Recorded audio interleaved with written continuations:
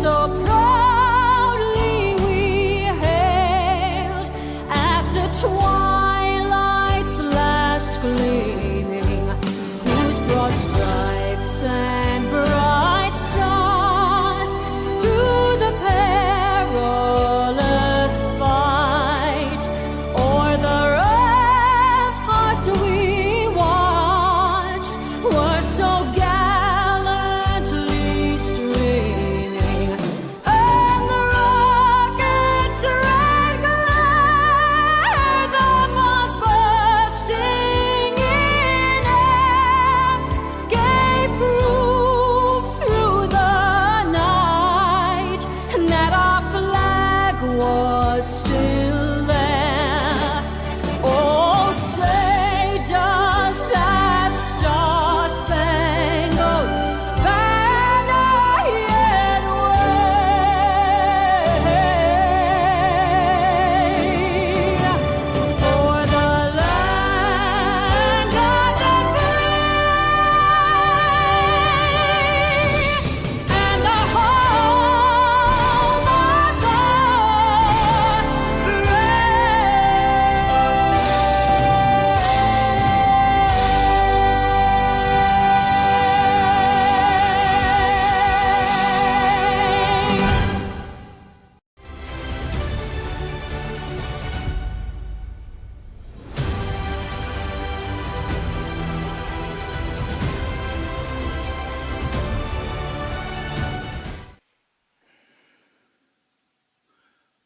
How are you?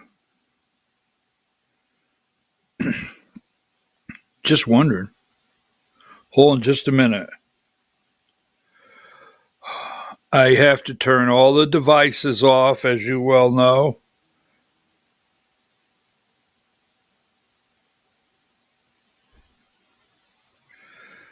That's okay.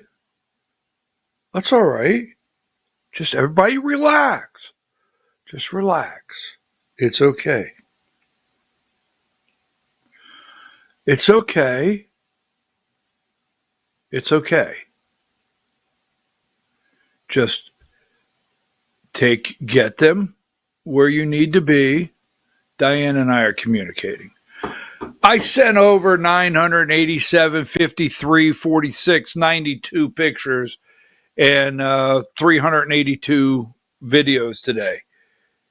And she's just saying, I'm trying. You know, you send me enough stuff to do 19 shows.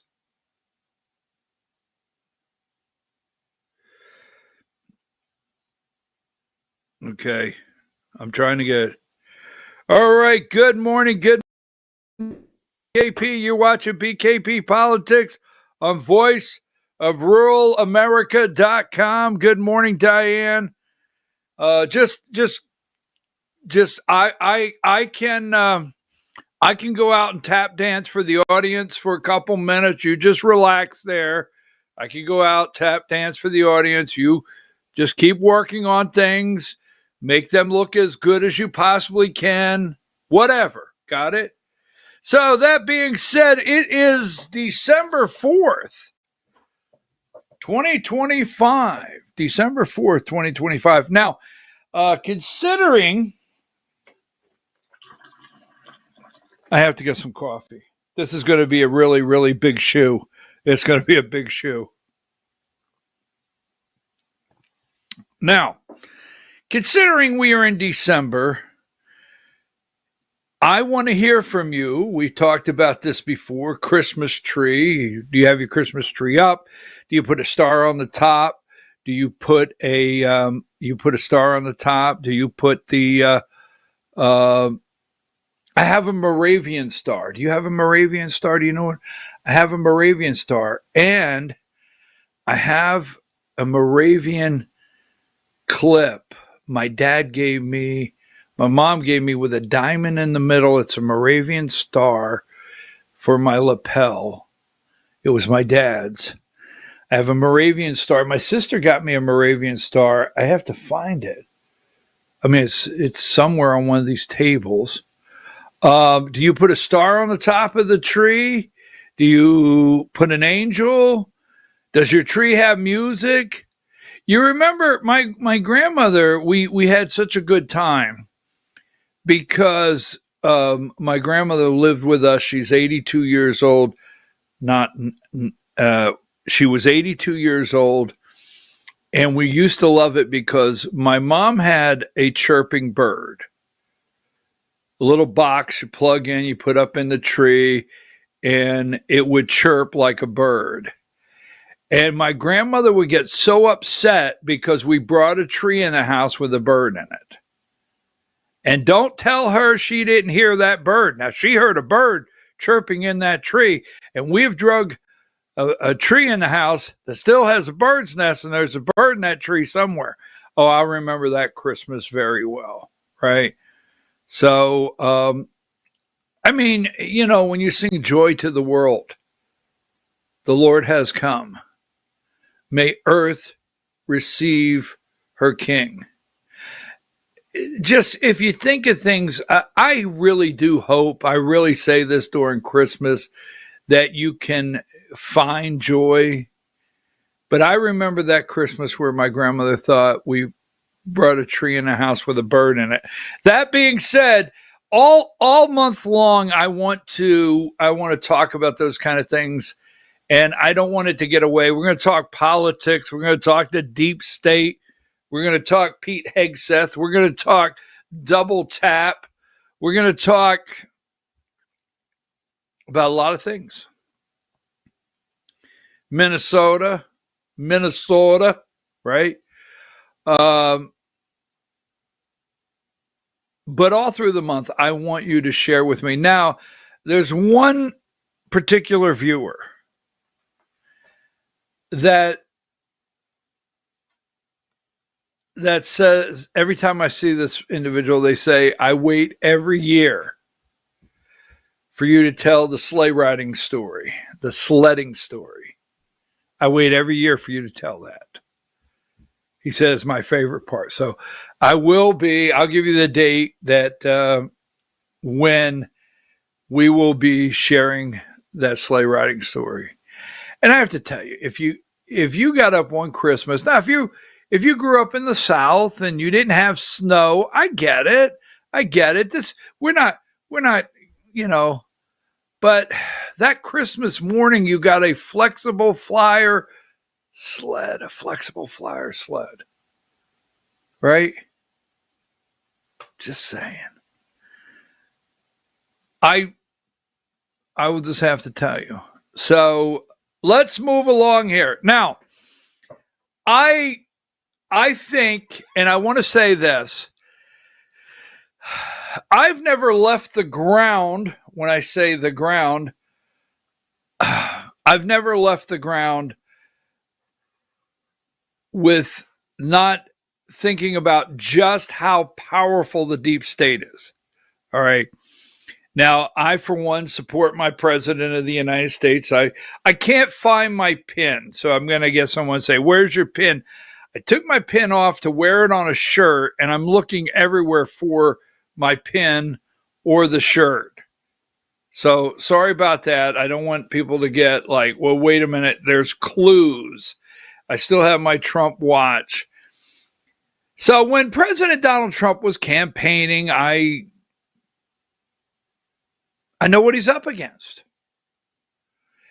And that has never dissipated for me. It's never been to where I think, well, it's going to be easier for President Donald Trump. I do think there was a point where Reagan tried.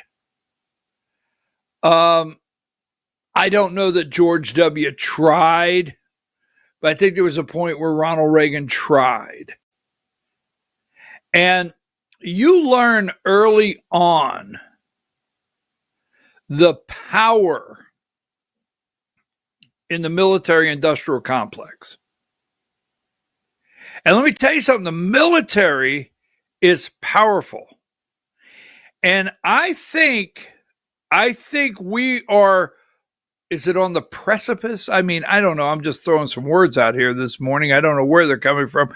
But I think we're right there of finding out who controls the military. Now, our founding fathers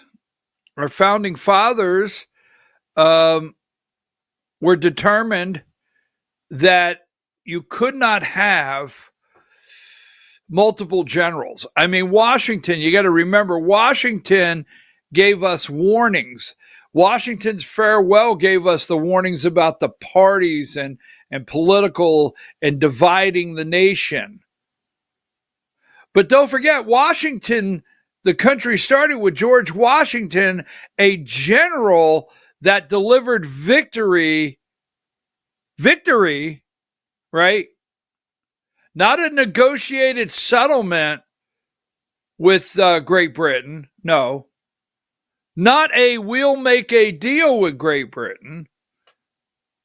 George Washington was a general that delivered a victory, and that's very important, and the groundwork for this new country, the greatest country on earth, the United States of America. And Washington, right from the start of this country, knew very well the importance of an individual, might I say, being the commander-in-chief. That can't have 9, 10 different people making the call, right? So I understand there's constitutional restraints on executive power. I understand that, all right?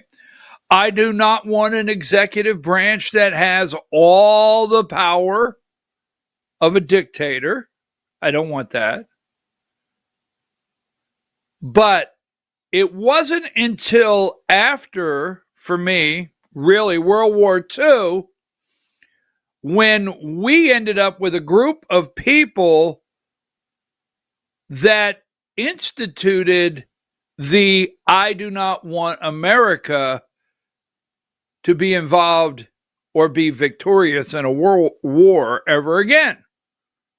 Now, I am not going to say anything negative. It will never come across this microphone about the men and women that put on the military, that put on the uniform. I mean, it broke my heart, that lady, 20 years old, that was murdered in Washington, D.C. by someone, the CIA, and Joe Biden, and was in this country under Donald Trump's administration, murdered this young lady. All right? So the men and women in Vietnam that I grew up with, the men and women that went to Korea, my dad's age, the men and women that went into Afghanistan, Somalia, went into other areas of the, what was the one where Clinton was there? But anyhow, I don't want to forget anybody. Went into Iraq, anywhere in the world. But we picked a time where we believed in the ultimate surrender. And I think, now, Pete Hegseth, I'm not 100% on board with Pete Hegseth, but I believe Donald Trump and Pete Hegseth want to turn the country back into a military that when we set a mission, we win. Now, I have a lot of viewers here that think every single strike on a Venezuelan boat or a drug boat or a boat in the Caribbean has been illegal. Okay, got a lot of, is a war crime. I've got a lot of viewers that you consider from day one illegal. And I get that. And that's not the argument I'm going to make. Here's what I'm going to make well before Venezuela, the facts. The facts are 25 million, we'll go with that, came across the border. The facts are Chinese gangs are in this country. The cartel operates in this country. The facts are is we put I mean, this is just a visual that we can look at. Diane, give me number.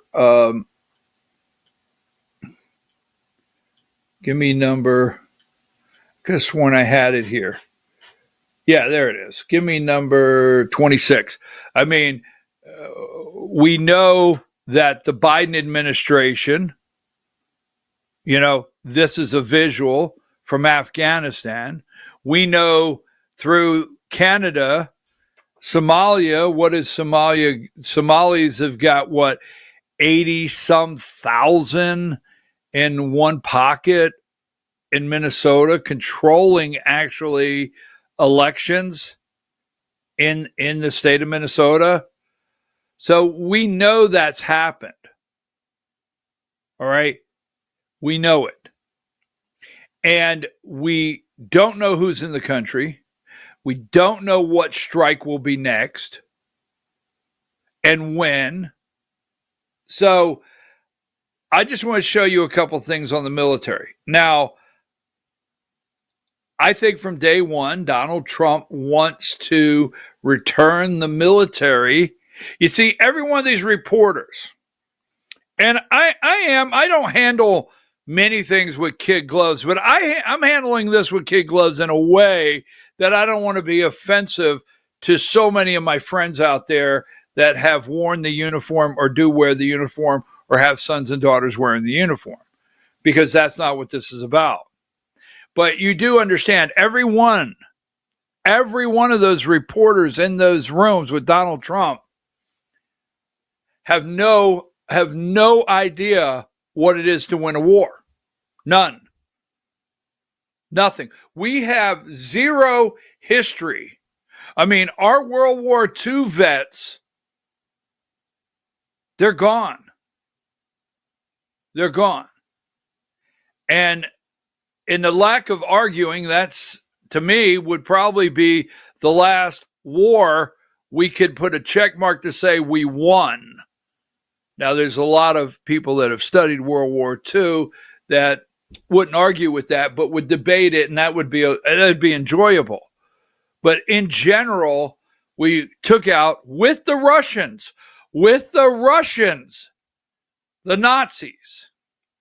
So every time you hate a swastika, every time you claim someone's a Nazi, every time you talk about Hitler and anti-Semitic and Germans and Jews and World War II, when Vladimir Putin says that Ukraine is full of Nazis, don't forget in World War II, your country, your grandfathers, your great-grandfathers, along with Russians, the Russians took out the Nazis. Don't forget that as you study your history, okay? We were never a go it alone. Don't sit and study your history. Oh, God, am I going to get my ass in trouble here? Don't sit and study your history and tell me about how, what's his name, the guy that smoked the cigar over there, who was he? Right? That Europe and what was his name over there? Help me with that. I'm rolling. Help me. Don't sit there and think, well, we had the backing of oh,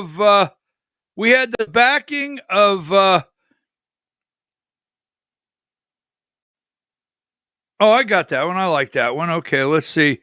What's his name over there? What was that guy's name that was real famous over there? He was the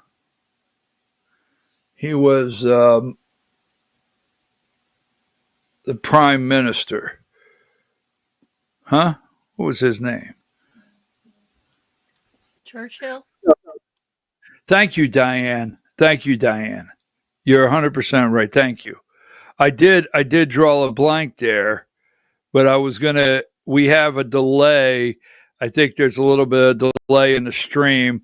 You got it, Church. I was waiting for that one viewer because we have a little bit of delay. Churchill, don't sit here and look and think, well, we went alone in World War II, and Churchill, right, which I have a book signed by Churchill's granddaughter over here. Anyhow, Churchill in Great Britain,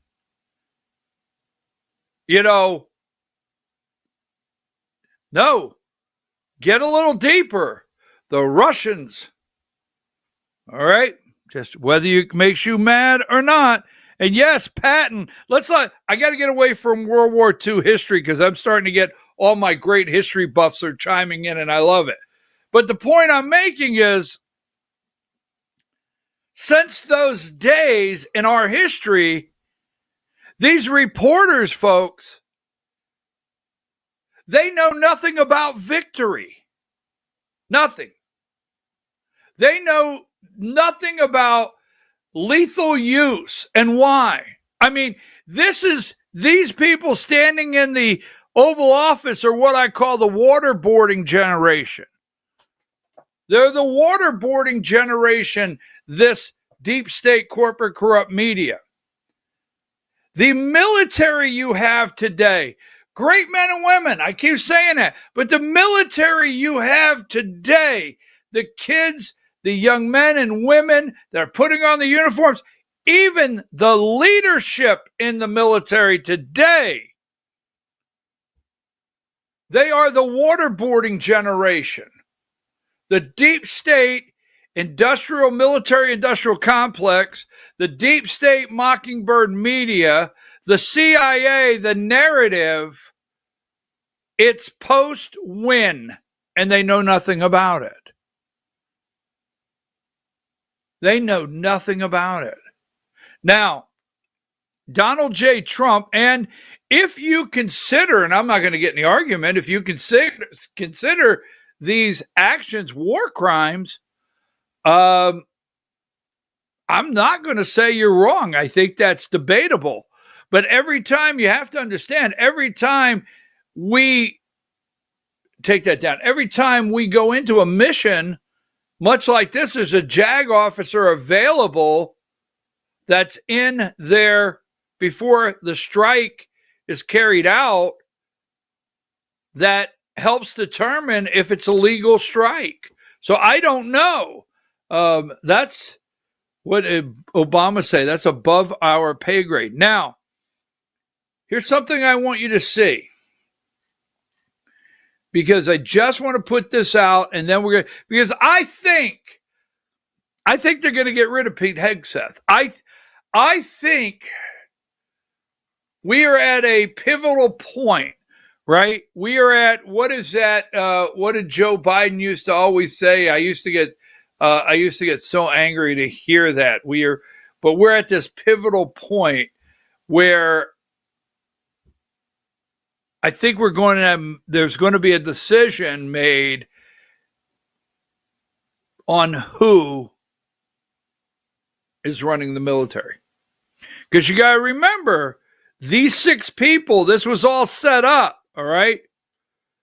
And they were all set up because right here, number 9, don't forget that these people right here laid the groundwork, right?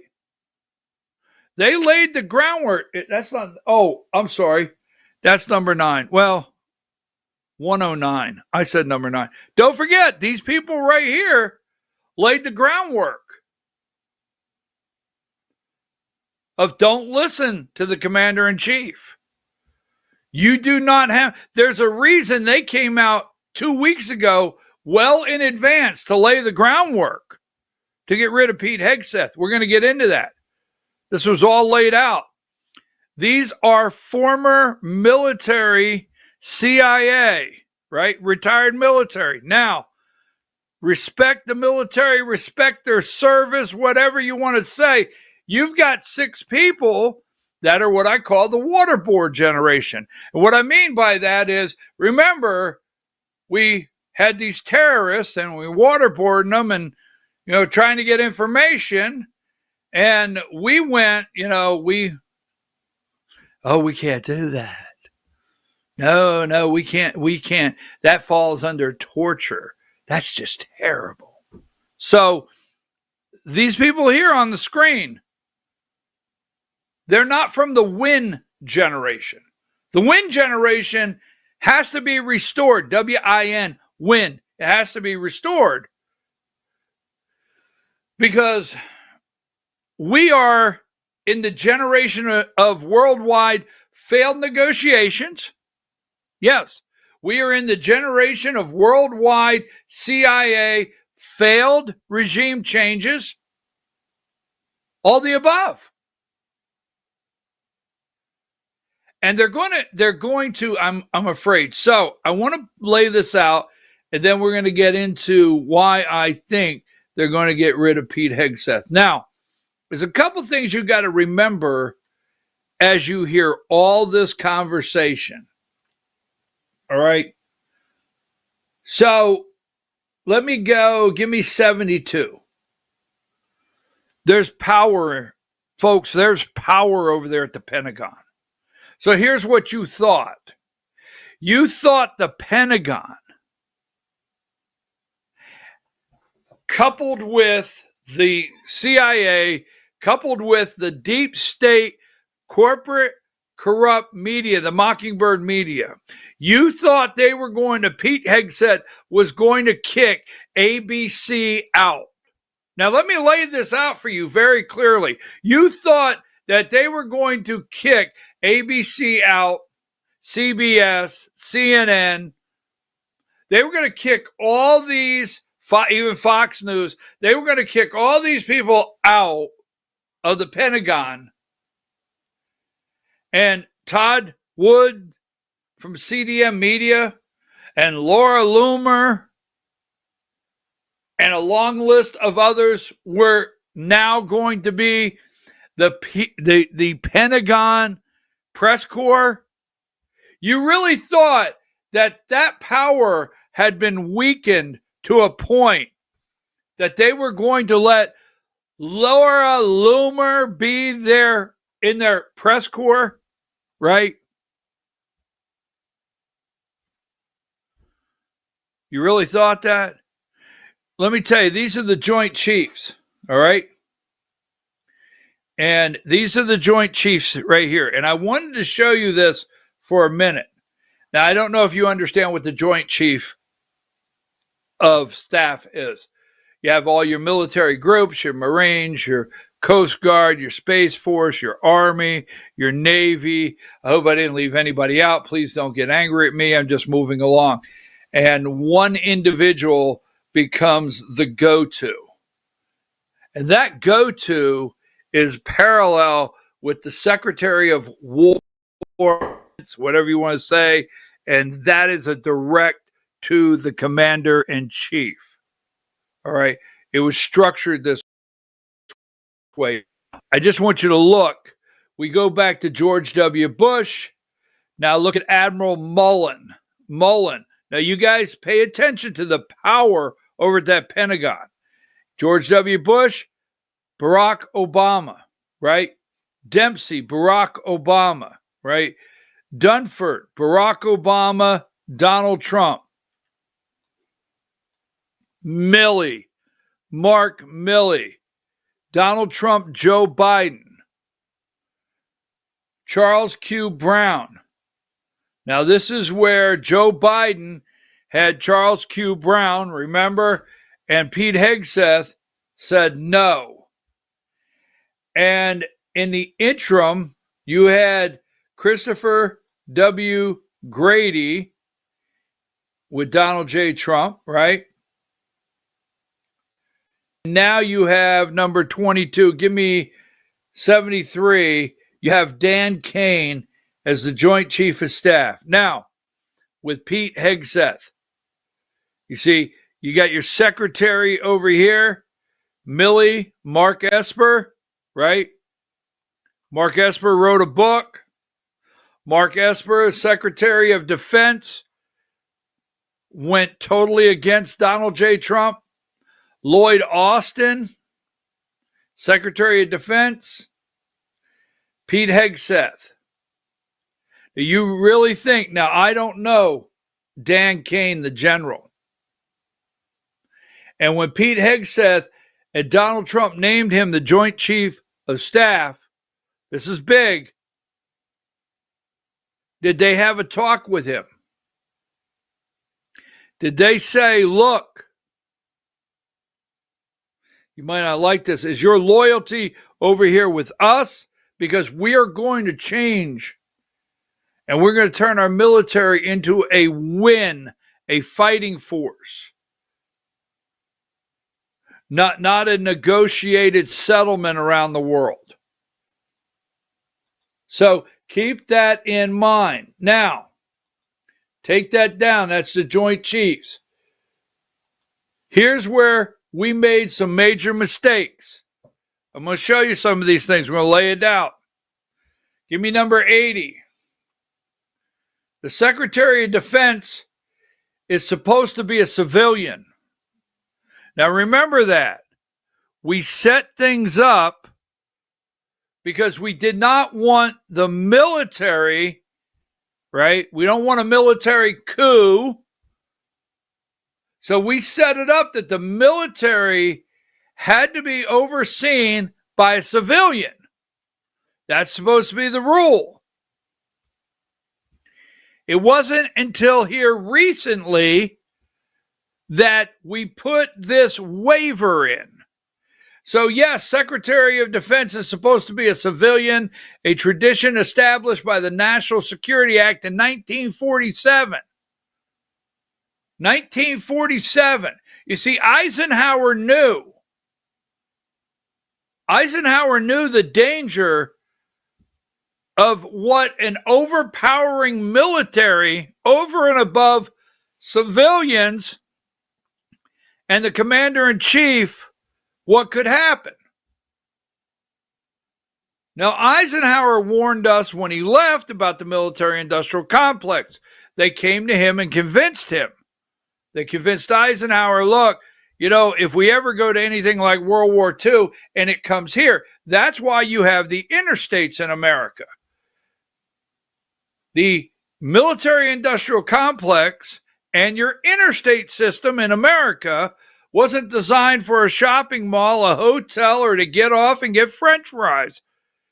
It was designed to transport military equipment quickly across our land because the next war could come home and we had to prepare for the next war. So we watched the world in Europe and we came home and said, we have to prevent that from ever happening to us. That being said, we can't say to Chrysler, General Motors, and Ford and other manufacturers, hey, stop everything and make our tanks. We just need to do that ourselves. We need to put a system in of interstates that we could transport across the country rapidly and be able to move military equipment. But we were not supposed to, see, in 1947, we were not supposed to turn that over to the Pentagon. It was supposed to be run by a civilian. Civilian control of the military. To ensure civilian control of the military, however, in recent law, allows for a waiver. You can get a waiver. Now, I don't like that. I didn't like anything about that. Civilian control of the military. The tradition of civilian control over the military predates the United States Constitution. The National Security Act of 1947 made it a requirement that the Secretary of Defense be a civilian, replacing the War Department with Department of Defense. Now that's when it changed from the War Department to Department of Defense.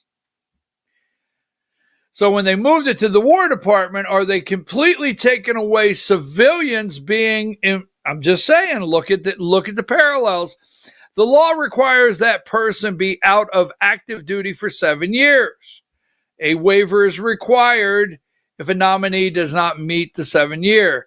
General Lloyd Austin was appointed in 2021, is the first former military officer to serve as Secretary of Defense. Now, these are things you really should know listening to all the talking heads. This is the real, true America. This is the laws. This is where we're at. This is who we are. You got all the talking heads talking about Venezuela, and you got everybody talking about the war crimes. I get it. But not knowing our structure and some things that are getting out of whack, and they didn't just happen with Donald J. Trump. Remember, Lloyd Austin in 2021. Now go back and look, right? He needed a waiver from Congress. Now,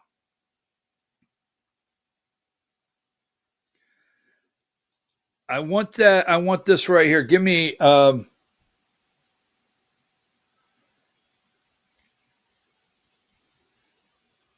let's see.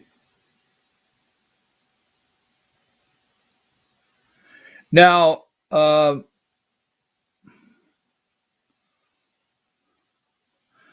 wanted to see that. But all right, so now that being said, that was, what number was that?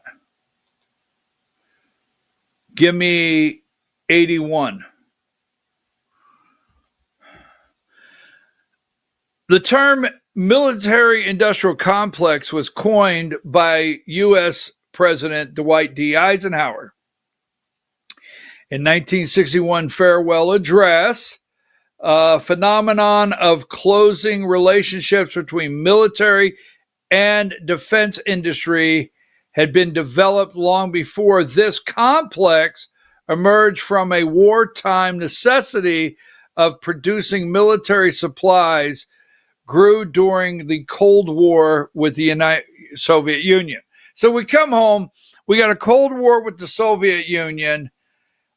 We have to be ready. This is what we were sold, all right?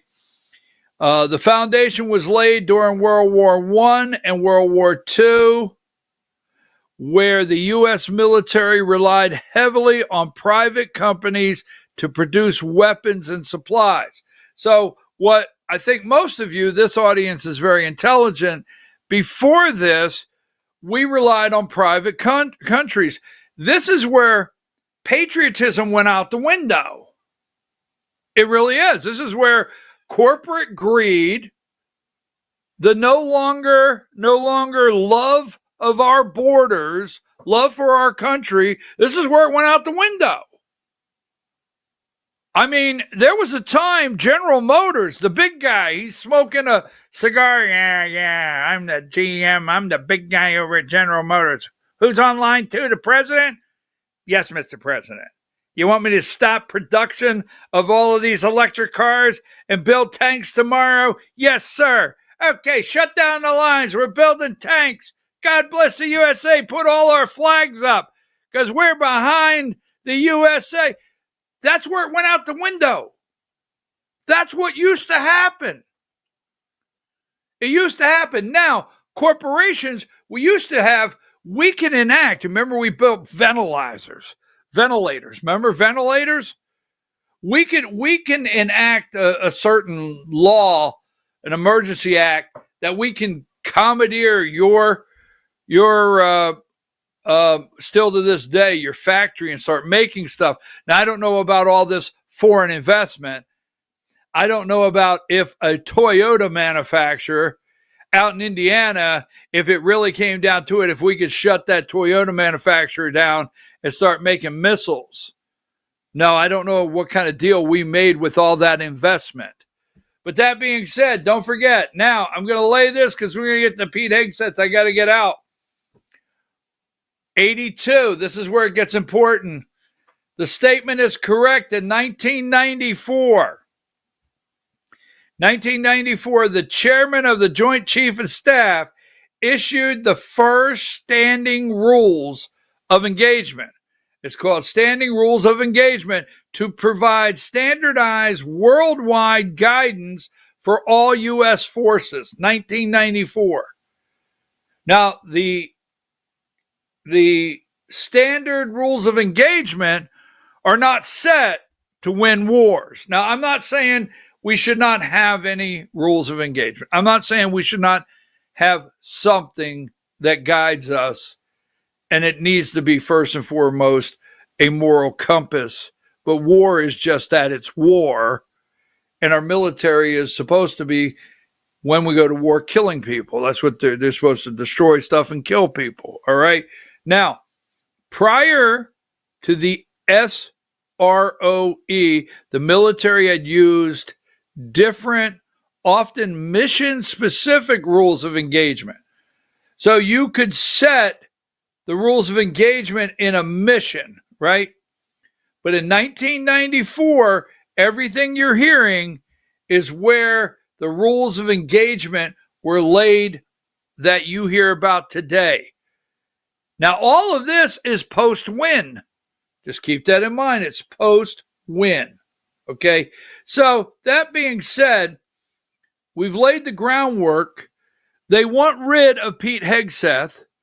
They will not relinquish the power at the Pentagon. They will not. They will not release the power of the deep state, corporate, corrupt media, Mockingbird media. They won't. They do not want to release the power they have in Europe to go up against the Russians. That would be some real nice coin for them, is for to have several wars going on. And I will make a determination on Venezuela later. But the boats, it's all about getting rid of Pete Hegseth. Take a break.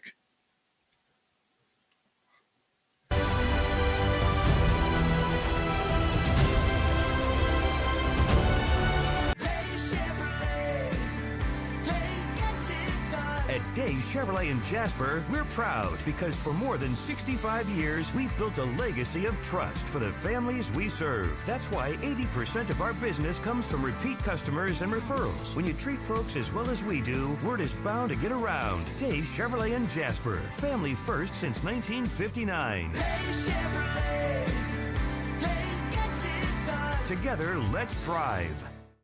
Larry's Body Shop in Ellijay. Family owned and operated since 1978. The latest in cutting-edge digital technology and state-of-the-art equipment allow our iCard Gold Class certified technicians to restore your vehicle. Our second-to-none customer service will work directly with your insurance company. Major accident or minor fender bender, we take the dents out of accidents. Larry's Body Shop, North Georgia's #1 body shop. Visit us at collisiondecision.com.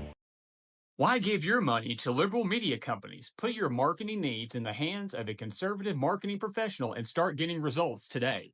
FYN Media Group, one of the top digital marketing agencies in Georgia, specializes in website design and hosting, social media promotion and management, and so much more. Visit FYNmediagroup.com or call 706-889-3564 for a free consultation. Welcome to El Rey Azteca Mexican Restaurant. We invite you to indulge your senses with our from-scratch authentic Mexican food. Whether you are hungry for fajitas or the El Rey Azteca burrito, we offer a wide variety of fine Mexican dishes, drinks, and desserts. Our inviting patio, indoor seating, and bar has a seat for everyone. So come to El Rey Azteca for delicious food, great drinks, good friends, and loads of fun in a casual and friendly atmosphere. Ladies, when you wear elegant jewelry, you become a force to be reckoned with. You shine brighter than the stars in the sky, and your inner beauty radiates like the sun. So embrace the magic, embrace the elegance, and let your jewelry be a reflection of your true, authentic self. My friends over at North Georgia Diamond know what a woman wants. Go see them for the perfect gift. And remember, when it comes to elegance, there's no such thing as too much. Come see us at North Georgia Diamond. We're igniting passion one sparkle at a time.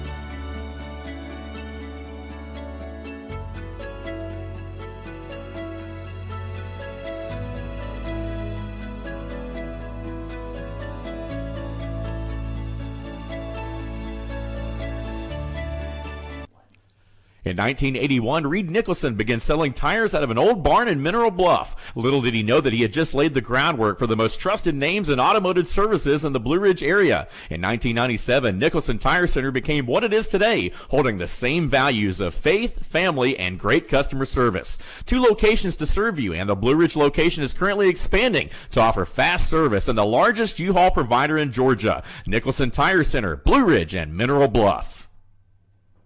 This is a special report. Knowing how to invest your money is harder than ever before. Dealing with stock market volatility, record debt, and terrorist attacks requires new thinking. At U.S. Asset Management, we can help you see the world more clearly so that you can move beyond the chaos and invest with confidence. Call us, visit us online, or drop by our office. U.S. Asset Management, helping you make better decisions with your money. Mesquite Grill, now offering online ordering for your convenience. Check out our new website at mesquitegrillbr.com. That's mesquitegrillbr.com. The great food and service you have come to expect, ready for you when you arrive. Open 7 days a week with a fully stocked bar and friendly service. Bring your furry friends with you and dine on our pet-friendly patio. Also, check out our catering options and let us prepare delicious food for your next event.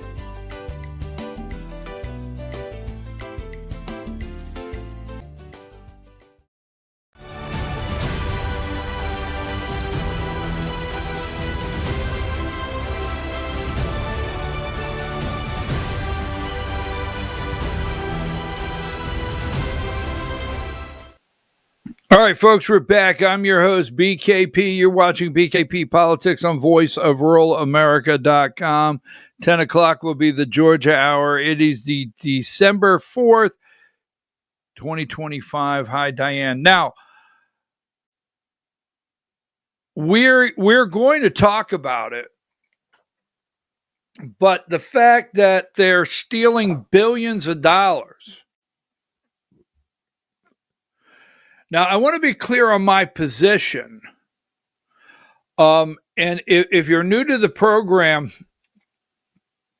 I don't debate the viewers on. I have viewers that send me messages that have from day one. They call these strikes on these boats illegal. Okay. I don't send back ugly messages. They know that. And I don't say ugly things on the air. But if you're new to the program, I don't care what anyone does. Now, wait a minute.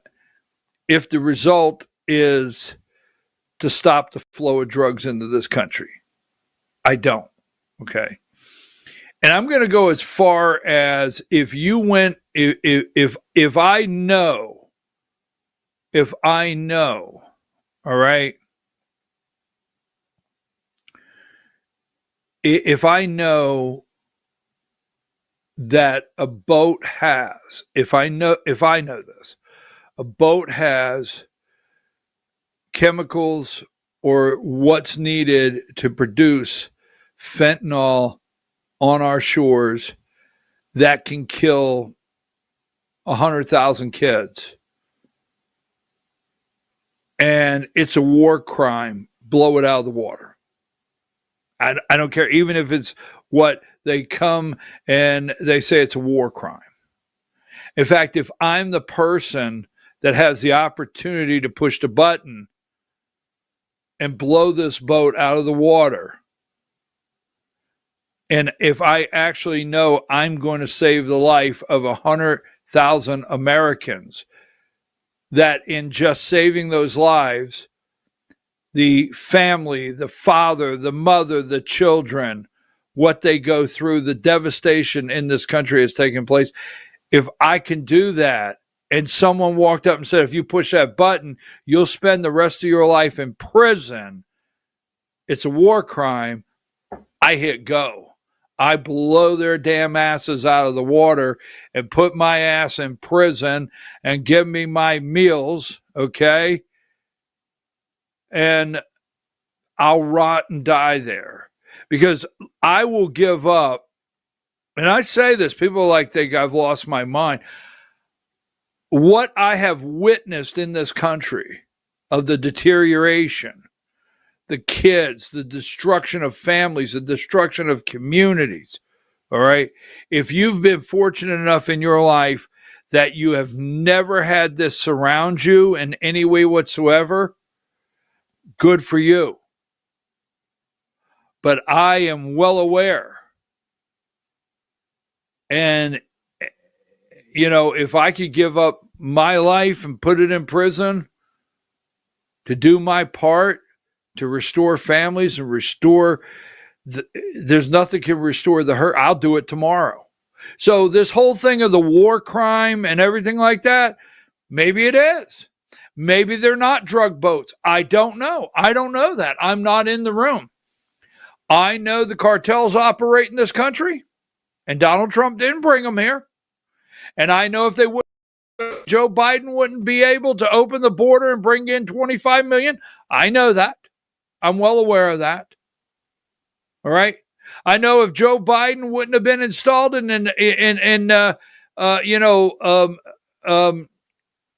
put into office by a stolen election, that plane load of Afghans wouldn't have come over here and be in this country, and that young girl wouldn't be killed last week. I know that.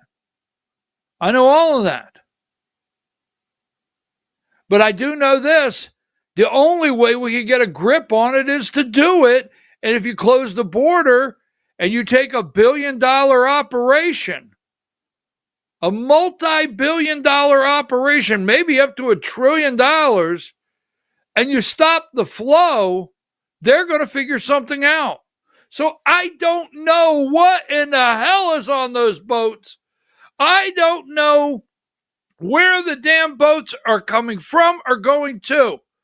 But if there's drugs on those boats and they're blowing them out of the water, they have my full support. Because I don't want to hear this bullshit of rules of engagement. All right? I've watched men and women come back from the airports with artificial limbs, missing legs, half their face blown off, arms blown off, in crutches and wheelchairs all across this country, in 20-year endless wars in Afghanistan and Iraq and all this bullshit. And I've heard from my adult life at my age, rules of engagement bullshit my whole entire life, and watched our kids get mangled all around the world. I don't care. Now, I believe in the rule of law, right? I believe. But I've got to listen to the damn shit every day about a war crime. A war crime. $1 billion stolen up here in Minnesota. But no, that's not a war crime.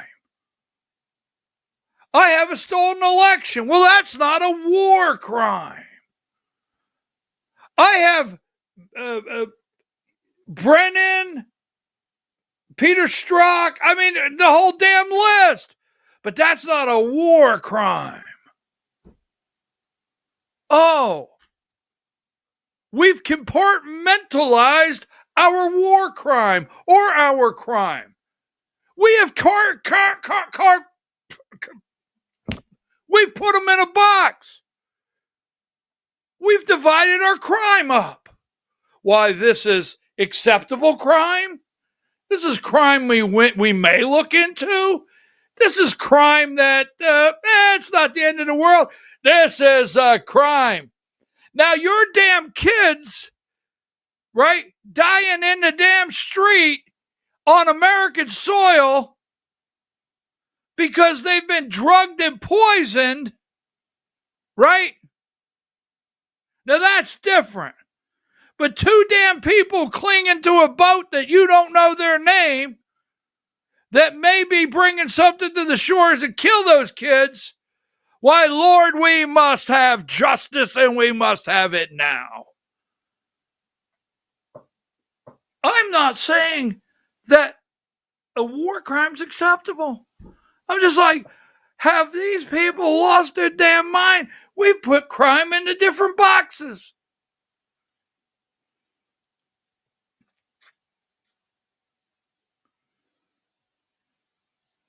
We had a guy we called President of the United States of America that had classified documents next to the Corvette.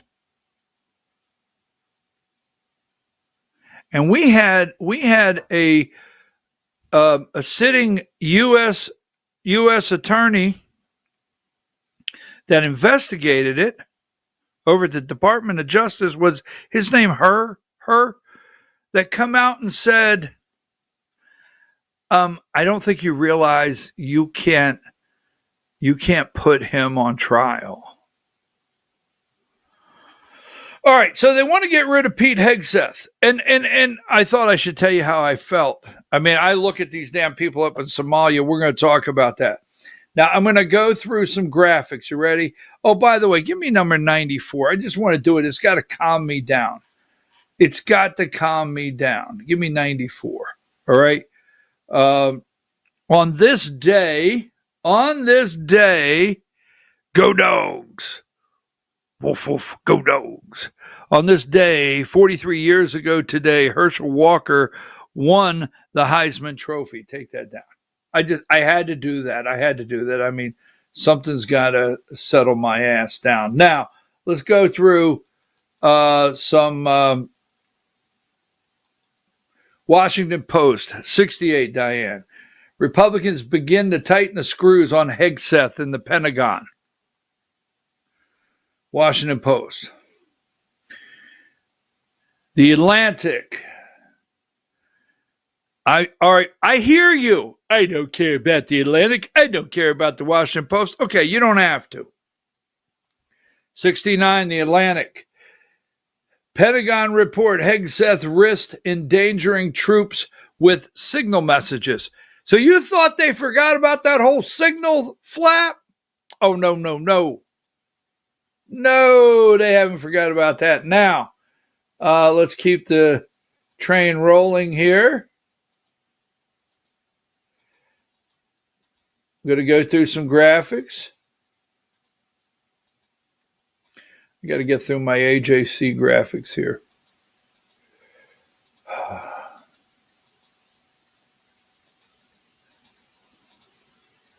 Now, give me number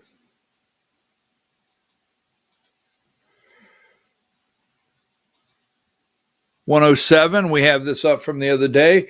Chain reaction. Remember, this is CIA. When you see here, you got to also remember this is CIA.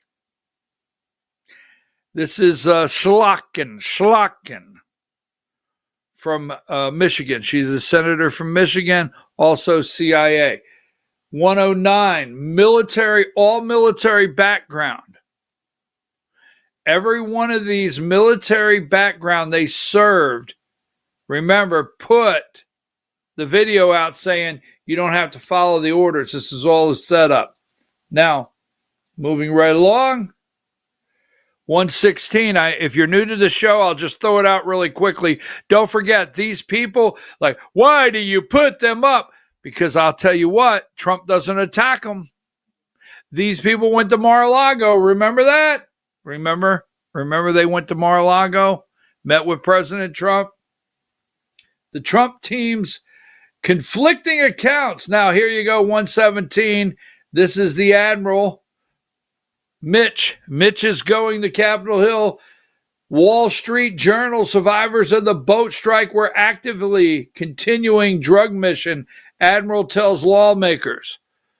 So they're going to tell you that, yes, there was 2 survivors, and they were going to try to continue their mission. And that's why there was a second strike. Admiral Frank Mitch Bradley plans to say he and his legal advisor concluded that 2 survivors were attempting to continue their drug run, making them an already damaged vehicle legitimate targets. All right. Number 118, the failing New York Times, as President Trump likes to refer to them. U.S. military boat strike planning takes on new significance. After the smoke cleared from the first strike on September 2nd, there were 2 survivors, and one of them radioed for help.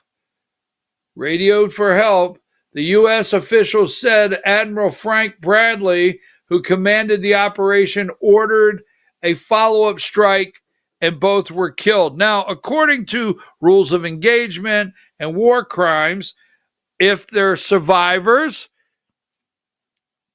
you're not supposed to blow them out of the water. Now, give me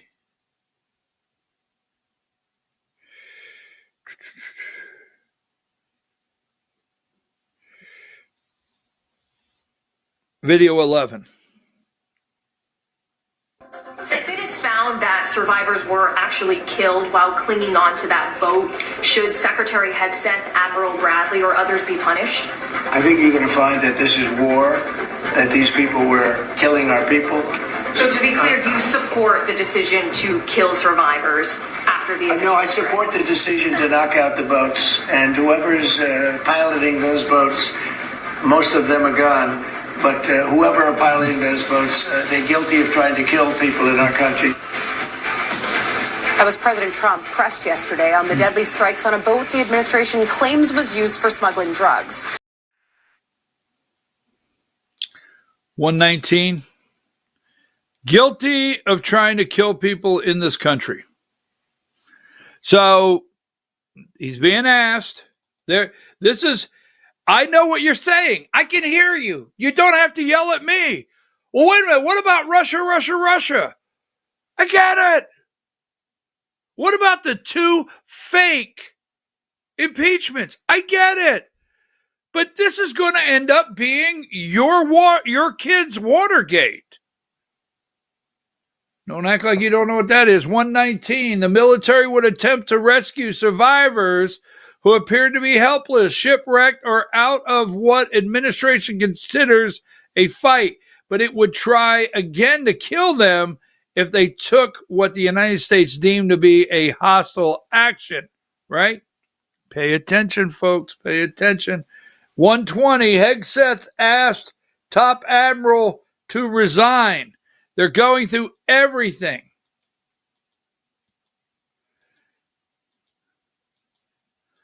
Let me see what else I have here, graphic-wise, before we go to Minnesota, because we got to go to Minnesota in just a minute. I've got to do that report. Here's CNN, 136. I just want you to see everybody, every single network. This is their lead, folks. Kick us out of the Pentagon. We'll show you who's got Pentagon report, Hegseth wrist endangered troops, right? 137. Mark Warner, Hegseth under fire for boat strikes and the signal chat, right? Give me here, number 139. Get my good ear. This guy, every time he sees a camera, he says, get my good ear, not my good side. Sorry, just had to throw that in there. Mark Kelly. These are part of the takedown. 140 CNN. Now look, it's 2:02 in the morning, 5 a.m. right out of the box. This is what Hegseth under fire for boat strike, signal chat, right? 141. Trump supports releasing the video. Here's Admiral Bradley. 142. This is CNN. CNN at 5 a.m. You'll see it in the corner. 145. You'll see in the corner, 145, 2 a.m. Right there. That's Pacific. 5 a.m. The very first graphic they put up with the Chiron. Controversies swirl around Hegseth. Remember the signal chats? So, let me see what else I have up here. 150. Hegseth got rid of this guy. Hegseth asked Top Admiral to resign after months of discord. What they're saying is Pete Hegseth went in and said, you will follow our orders, 152, or you're out. Follow the orders. With other military units under separate chains of command also involved, including elite special operations. Hosley objected that parts of the operation fell outside his direct control. They're saying They're setting up who's going to come testify against Pete Hegseth. You got to be ready. They're laying it out. Senators, right? They even have Judge Napolitano. They've got this guy here. He's going to come. They're going to have people come. Remember, when Hegseth stood up on the stage and he told Klinger out there, you can't wear a dress, a hat, and earrings. If you didn't understand Klinger, that was very generational. But he said, you can't go wearing high heels. If we go through your box at the end of the bed and you got high heels in there, you're out of here. You got it? So I knew that day. I was like, oh, wow. Not that I disagree with him, but so 153, according to what's being released in the Wall Street Journal, he says, you're either on the team or you're not, Hegseth told Holsey. According to notes from a participant, when you get an order, you move out fast and don't ask questions, right? Give me number 154. This is how they open the day. 155, they've got their witness. They're laying everything out. Now, in midterm, I'm going to show you something on the midterms in just a minute. If they take back over, this right here, 156, military officials briefing on the boat strike. 157, this is also 502, MSNBC.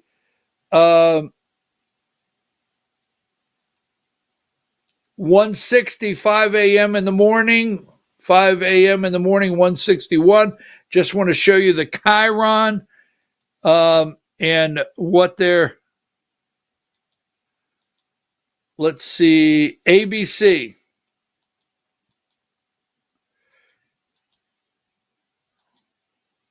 ABC, 174. Look in the right corner. 4:02 a.m. Good Morning America, ABC, 175. 176, the new details on what prompted second boat strike. Now, I showed you all the graphics. Let's go through. This is at 4 a.m. If you want to talk about how the day is going to start, give me video 9.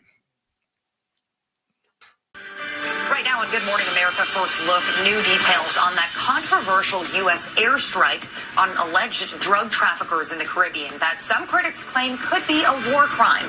What we're now learning about the survivors.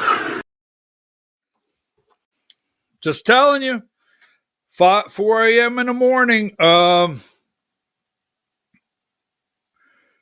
Let's see. Video 12. Question, Julia, about if he went through the proper channels and facets to actually declassify that information. That's just part and parcel to this. But I think it all lends to the idea of concerns that existed on Capitol Hill among Republicans, Democrats certainly publicly, but even among Republicans privately, about Hegseth's ability to do a job of this caliber.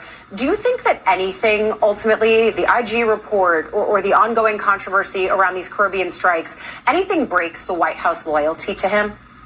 I don't think so at this point.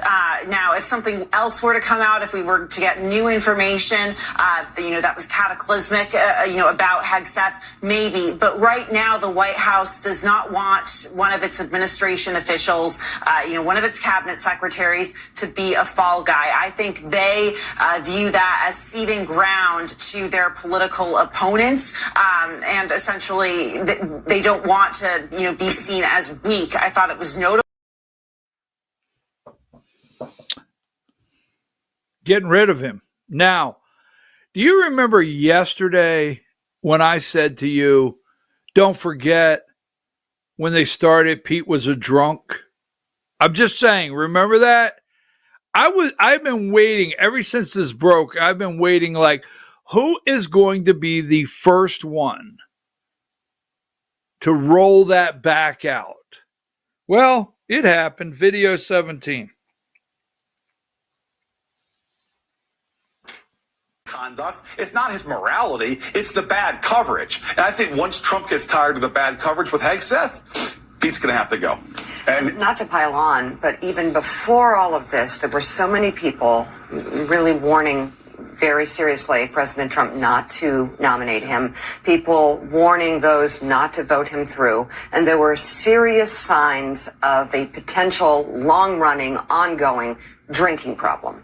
And this is not to pile on. This is about the Pentagon and the people who serve our country and who leads them. And is this person from the get-go fit to do the job safely and not do any harm? Well, and yes, I admit I got a drinking problem. Now, you know, I do things every single day that I know people can crop and just like put out there. Oh, BKP admitted he's got a drinking problem. Remember, Pete? I told you that.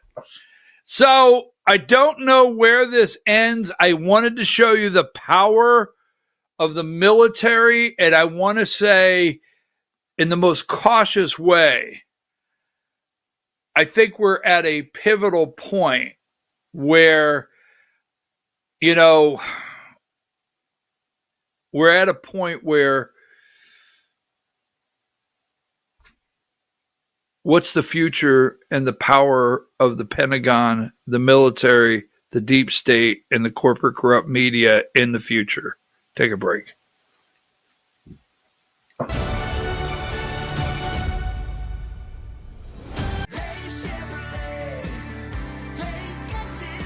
At Days Chevrolet in Jasper, we're proud because for more than 65 years, we've built a legacy of trust for the families we serve. That's why 80% of our business comes from repeat customers and referrals. When you treat folks as well as we do, word is bound to get around. Days Chevrolet in Jasper, family first since 1959. Together, let's drive. Larry's Body Shop in Ellijay. Family owned and operated since 1978. The latest in cutting-edge digital technology and state-of-the-art equipment allow our iCard Gold Class certified technicians to restore your vehicle. Our second-to-none customer service will work directly with your insurance company. Major accident or minor fender bender, we take the dents out of accidents. Larry's Body Shop, North Georgia's #1 body shop. Visit us at collisiondecision.com. Why give your money to liberal media companies? Put your marketing needs in the hands of a conservative marketing professional and start getting results today. FYN Media Group, one of the top digital marketing agencies in Georgia, specializes in website design and hosting, social media promotion and management, and so much more. Visit FYNmediagroup.com or call 706-889-3564 for a free consultation.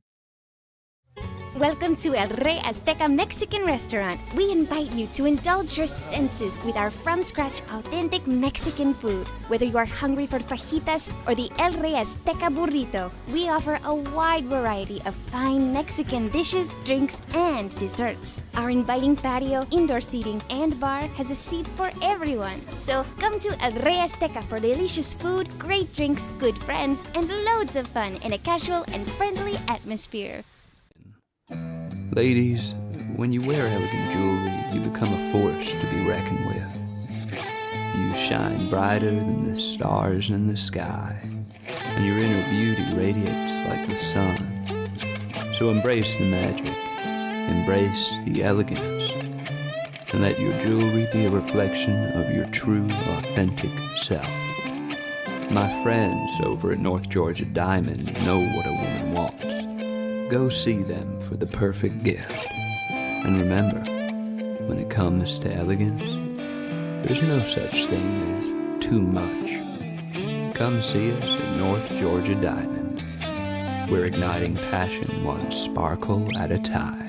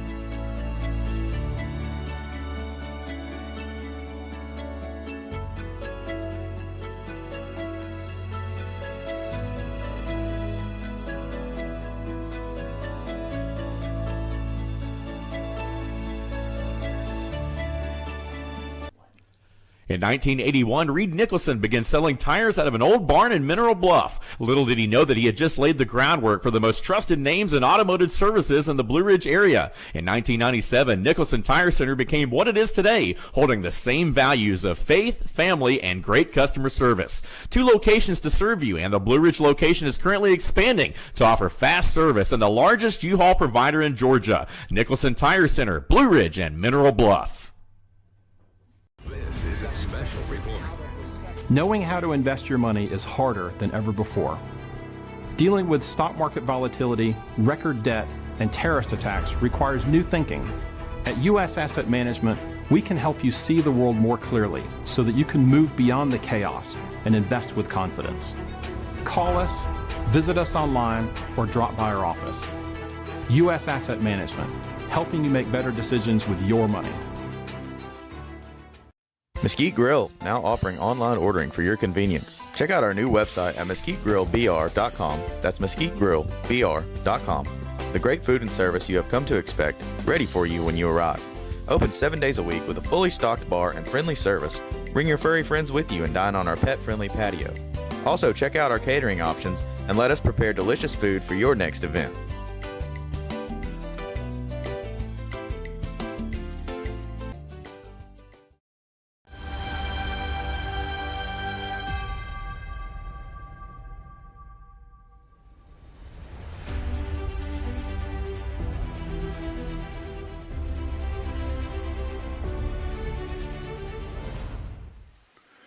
All right, folks, we're back. I'm your host, BKP. You're watching BKP Politics on Voice of Rural America. Once again, as always, I've got 9 stories up here, and I cannot get through all of them. I can't pass up Somalia in Minnesota. We're going to talk about that. Now, a couple things. I checked text messages during the break, and I wish I could read them all, but I have to take my hat off to a level of intelligence because I listen to the deep state corporate corrupt media, and they show no respect for our men and women in military. The American people may not know where these boats came from or where they are headed, but the U.S. Navy sure does. They know. We have Navy out there, okay? We have Coast Guard out there that have wanted the help for years. The USS Gerald Ford is equipped with the most sophisticated surveillance technology created. The military entourage following that carrier has modern surveillance as well. The Trump administration did not make mistakes. It is sad the American people cannot see and understand this. I agree with you 100%. That's what I try to do every day is lay out how deep this deep state, how corrupt they are, and the battle. And I appreciate that so much because you're 100% correct. 100% correct. Now, the other one I have is, I'm always cautious when I say favorite viewer. Well, one of my favorite viewers, but I'm going to tell you something out there, favorite viewers or favorite viewer. You know you are. You write some amazing stuff, but I can't read it because you end it with Roll Tide. And there is no Roll Tide on this program, and you know that. And you do it on purpose. And you know, no matter how I act, sound, could be upset, that I'm not going to be. So stop with your Roll Tide. I got to do this one. So the ones that are hollering about stopping the drug boats is interfering with their money laundering schemes. Oh, you're amazing, you people. My best friend lost her son to fentanyl. You're breaking my heart. I'm serious. You're breaking me up. I know these people. My best friend maybe not particularly this one. My best friend lost her son to fentanyl. I do the same thing to save these kids. And then you had to go Roll Tide over the dogs. Oh, you're going to get it. Oh, hold on. I'm having an Erica Kirk moment. I'm sorry. All right. I just got in trouble with my mom there. Now, Diane, I sent you a graphic. Can you put that up? Somalia? Because they're all upset with Trump. Trump called her a piece of garbage. Why, she's garbage. And let's see, a piece of garbage she was called. And then Waltz, right? And I'm going to give you some research work, right? We're upset. Trump called her a piece of garbage. And then, remember, taking the heat. What did Ilhan Omar know about the billion welfare fraud case in her Minnesota district, right?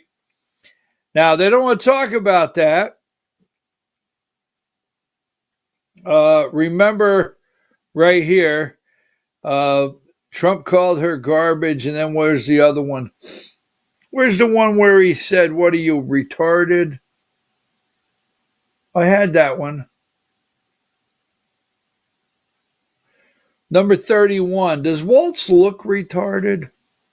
I know. Don't get all upset with me. I didn't do it. Right? 41. So Trump called her a piece of garbage. And Trump defends calling Tim Waltz retarded. There's something wrong with him. He must be retarded. All right. So now, video 7. Roll the tape. Welcome back. A few more stories for you as you start your day. President Trump singled out Democratic Congresswoman Ilhan Omar of Minnesota, as well as Somali migrants, with racist and xenophobic rants yesterday during his cabinet meeting. Somalians ripped off that state for billions of dollars. Billions. Every year. Billions of dollars. And they contribute nothing. The welfare is like 88%. They contribute nothing. I don't want them in our country, I'll be honest with you. Okay? Somebody say, oh, that's not politically correct. I don't care. I don't want them in our country. Their country is no good for a reason. Their country stinks. And we don't want them in our country. I could say that about other countries, too. You know, our country's at a tipping point. We could go bad. We're at a tipping point. I don't know if people mind me saying that, but I'm saying it. We could go one way or the other. And we're going to go the wrong way if we keep taking in garbage into our country. Ilhan Omar is garbage. She's garbage. Her friends are garbage. These aren't people that work. These aren't people that say, let's go, come on, let's make this place great. These are people that do nothing but complain. They complain. And from where they came from, they got nothing. You know, they came from paradise, and they said, this isn't paradise. But when they come from hell, and they complain, and do nothing but bitch, we don't want them in our country. Let them go back to where they came from and fix it. Those colorful comments from the president come as his administration is reportedly preparing to launch an intensive immigration enforcement operation targeting Somali immigrants in the Minneapolis-St. Paul. Right. Now, Omar, Waltz, and Trump said, hey, what's wrong with that guy? Is he retarded? I'm sorry, I'm going to quit saying that. Now, give me, well, it was racist and xenophobic. Nowhere in there, nowhere. What do they have? 87,000 Somalis up there, right? They stole $1 billion. Video 14. My name is Jamal Osman. I am the council member of Ward 6, someone who represents the largest East African community in Minneapolis. I am proud to say I'm a Somali American. This country welcomed me and my family 26 years ago. It has provided me a life that I did not have in Somalia. We came here and we are thankful to be here. I've been educated here, got the opportunity to serve my community, to be a council member. I know many families are fearful tonight. They are. But I want you to know that City of Minneapolis stand behind you as the leaders, both mayors and the chief and everyone that stand behind you are here to stand with you. Our community has lived through fear in the past. And we're not going to let us divide that. That's right. We're going to stay informed, we're going to stay safe, and we're going to support each other. We will continue to working our partners on the ground so residents know their rights. They know where to turn for help. And we know that Minneapolis will not abandon. One of the things I do want to say, and obviously everyone knows that our president is racist, xenophobic, Islamophobic, and we are going to fight that. America has a history of fighting and stopping those kind of individuals who continue to divide people and divide communities. Many Somalis that live in this community are working at your groceries, working at your hospitals, delivering your babies, they're doctors. They are very successful individuals. Now I would like to switch into Somali to speak to my community. Assalamu alaikum. He's going to speak in Somalian, right? Because they don't assimilate. We're one of the only countries in the world that immigrants come in, illegals come in, what the hell comes in, and we don't require them to assimilate. So he has to do that now, right? Give me 36. He has to do that now, and so they can understand. And that's the mayor of Minneapolis, and they stand up there. I'm going to want this one back in a minute. They stand up there and they talk about Trump being racist. Okay, give me video 16.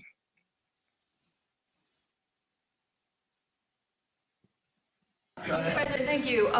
The mayor of Minneapolis, Jacob Frey, is saying that he's actually proud to have the largest Somali community in the country, and his police chief. Well, then he's a fool.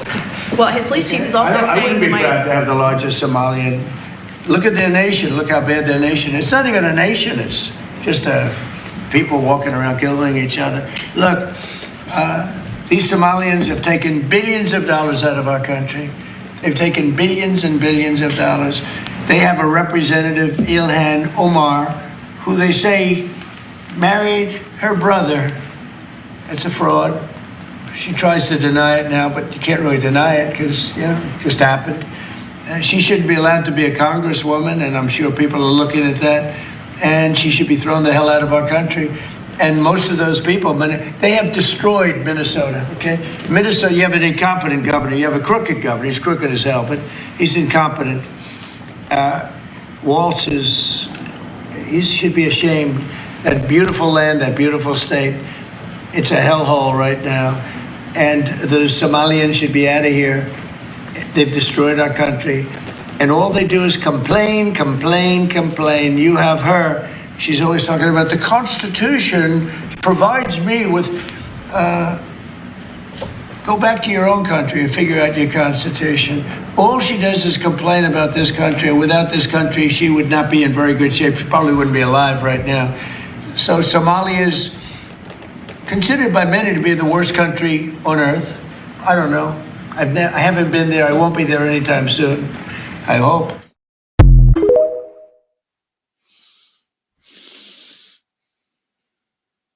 He's 100% right. Get the hell out.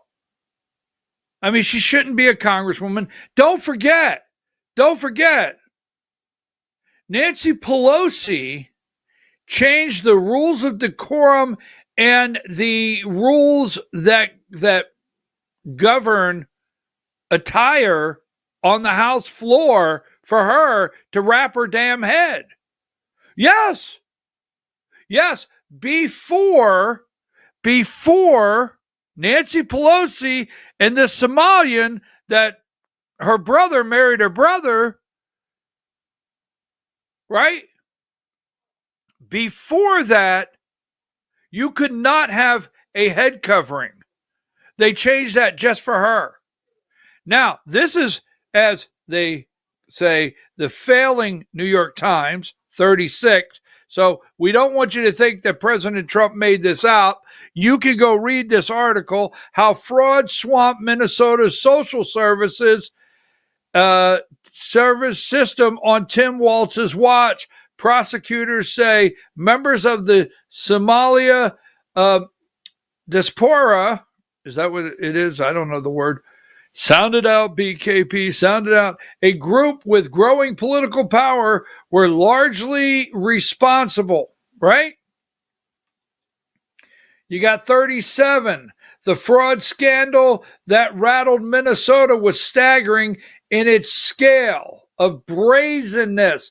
Go read the article. 38. I don't have time. I have to get through it. This is the New York Times. $1 billion. Well, go back to that last one. I just want to show you, right? The episode has raised broader questions. Wait, the federal prosecutors say that 59 people have been convicted in the scam so far, and that more than $1 billion in taxpayer money has been stolen in 3 plots. They were supposed to feed children, poor children. Take that down. Now,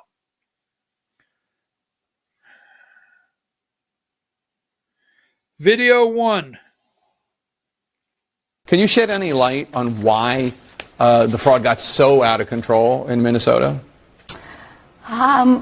I think what happened is that, when you have these kind of new programs that are designed to help people, you're oftentimes relying on third parties to be able to facilitate.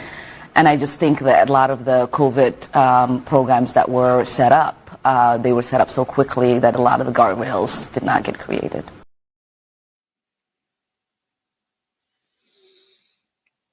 Video 3.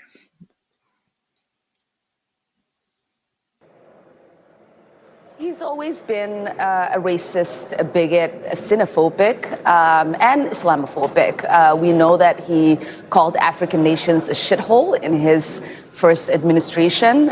We know that when he came down that escalator, he said he was going to stop Muslim immigration into this country. And so it is not surprising that he is going after black immigrants in this country. And it's certainly not surprising that he's choosing a black immigrant community that is also Muslim. But what I would like to say is that most of us are citizens. On our passport, it says we are nationals of this country. We love that Minnesota has welcomed us. Many of us have not been settled in Minnesota. We chose it as a home because the Minnesota people and the state is beautiful and very welcoming. And we are going to be here regardless of what the president has to say. I agree. I love the tweet. Now, they settled there because of Minnesota and Tim Walz's love for illegals and that they can steal. That's the bottom line. That's why they settled there, is they can rake in and there's no discussion of the billions.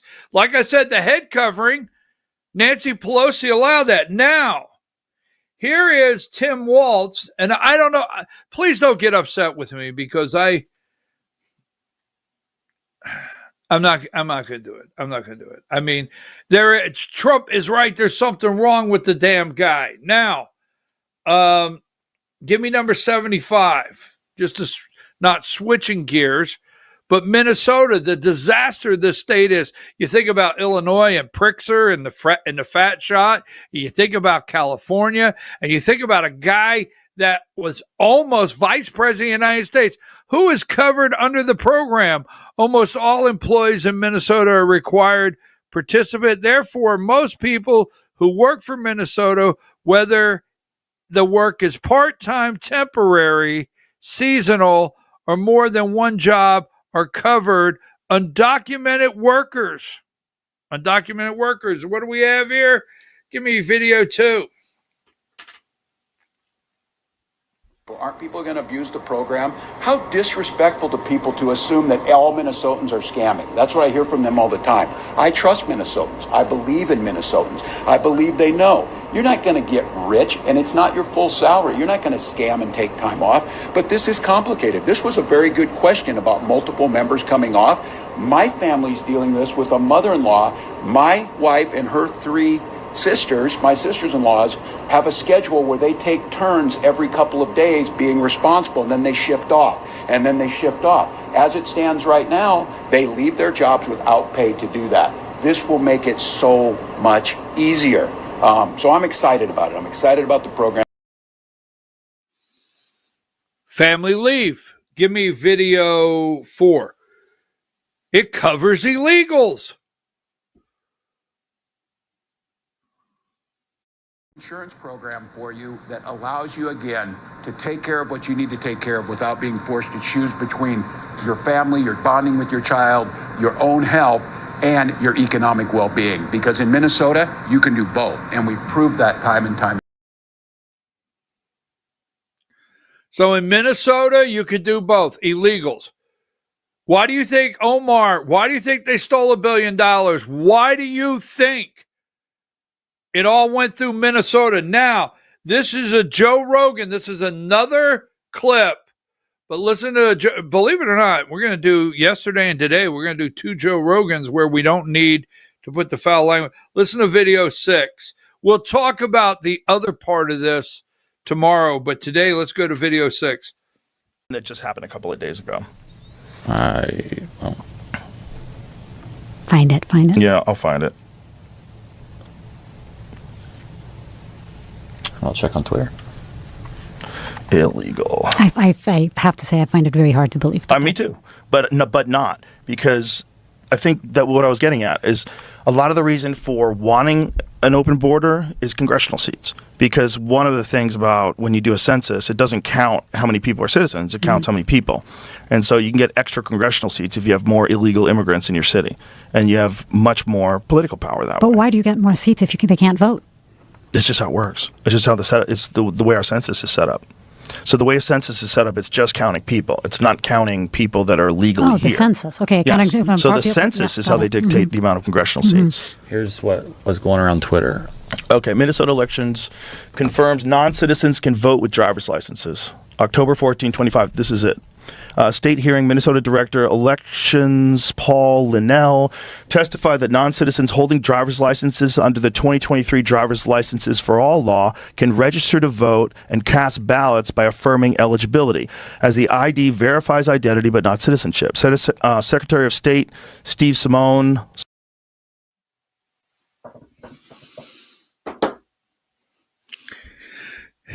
In Minnesota, 87,000 Somalis. In Minnesota, billions of dollars stolen through the Somali community.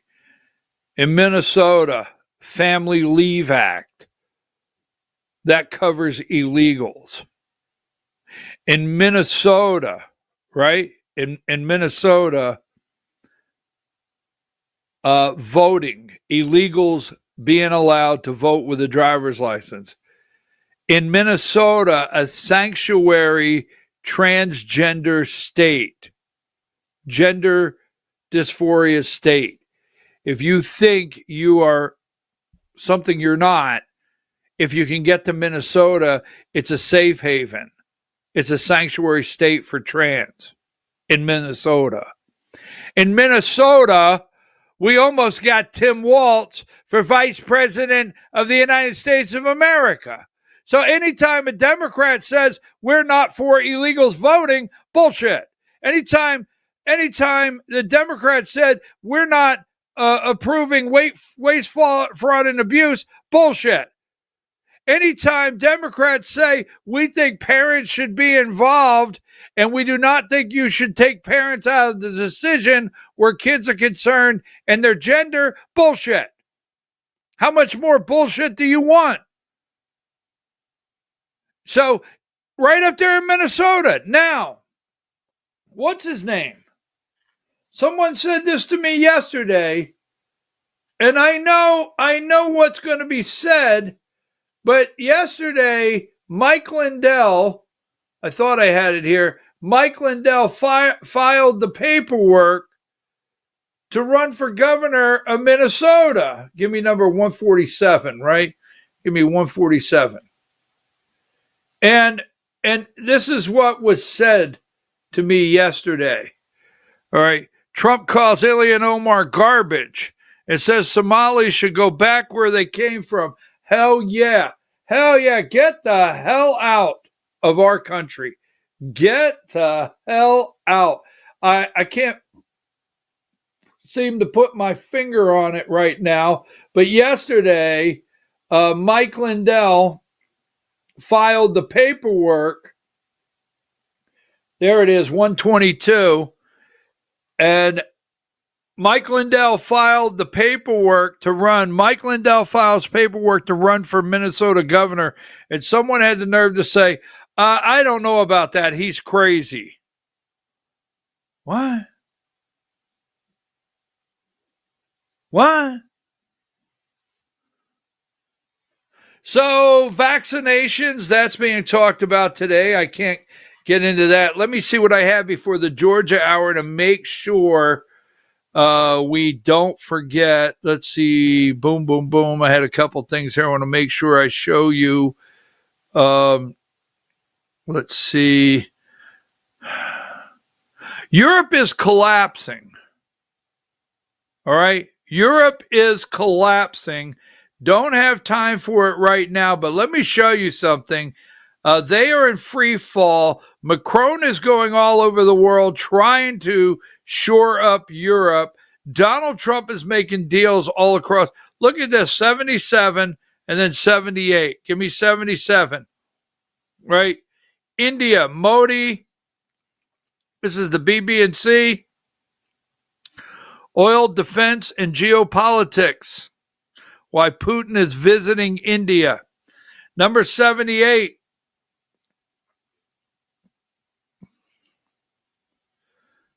Just saying, right? Number 79. Now, I had a graphic yesterday, and I know I brought it over today because I wanted to show it to you. I know I have it, Diane, and it's really upsetting me that I can't find it. I wanted to show you this yesterday because they're all running to Brussels. This is no joke. They're all running to Brussels right now, and they are in full panic mode over in Brussels. Absolutely. Because Europe is collapsing, and what's happening with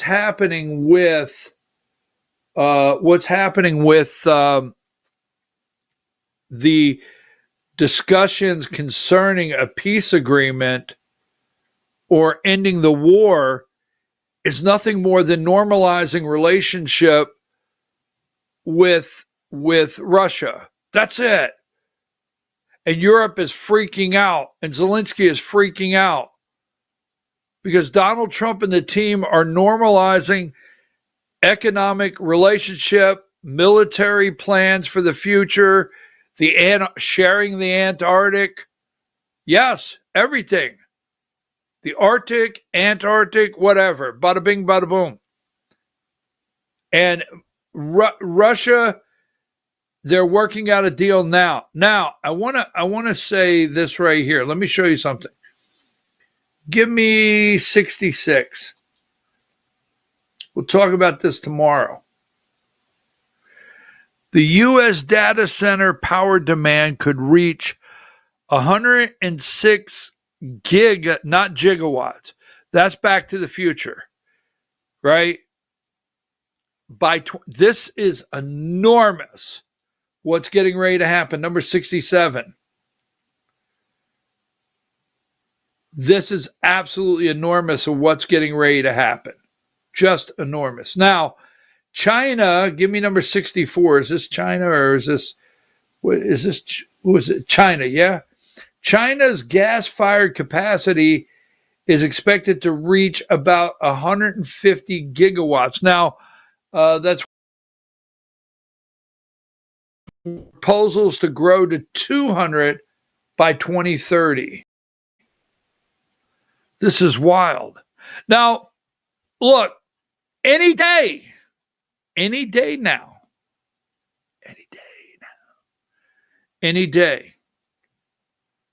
they're going to come up with the flux capacitor. Dr. Brown's flux capacitor is going to come out any day. 84, he was asked yesterday about Donald Trump's health, and it upset him. Okay. Yes.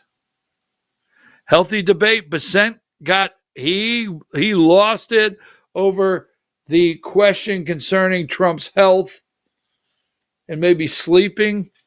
169, President Donald Trump turned back the standards there. Is it called CAFE standards? Whatever. Trump administration rolled it back to 34.5. Biden administration had by 2031, we had to have 50.4 to put gas, to put electric cars on the road. And give me number 171, GM, Ford, and Stellantis. Now, look at this right here, 170. The CEO of Ford was there, right? Jim Farley, CEO of Ford. Let me see if there's any more. All right, for you guys out there that are wondering about Trump, and I have to go, wondering about Trump and Marjorie Taylor Greene. Give me video 5.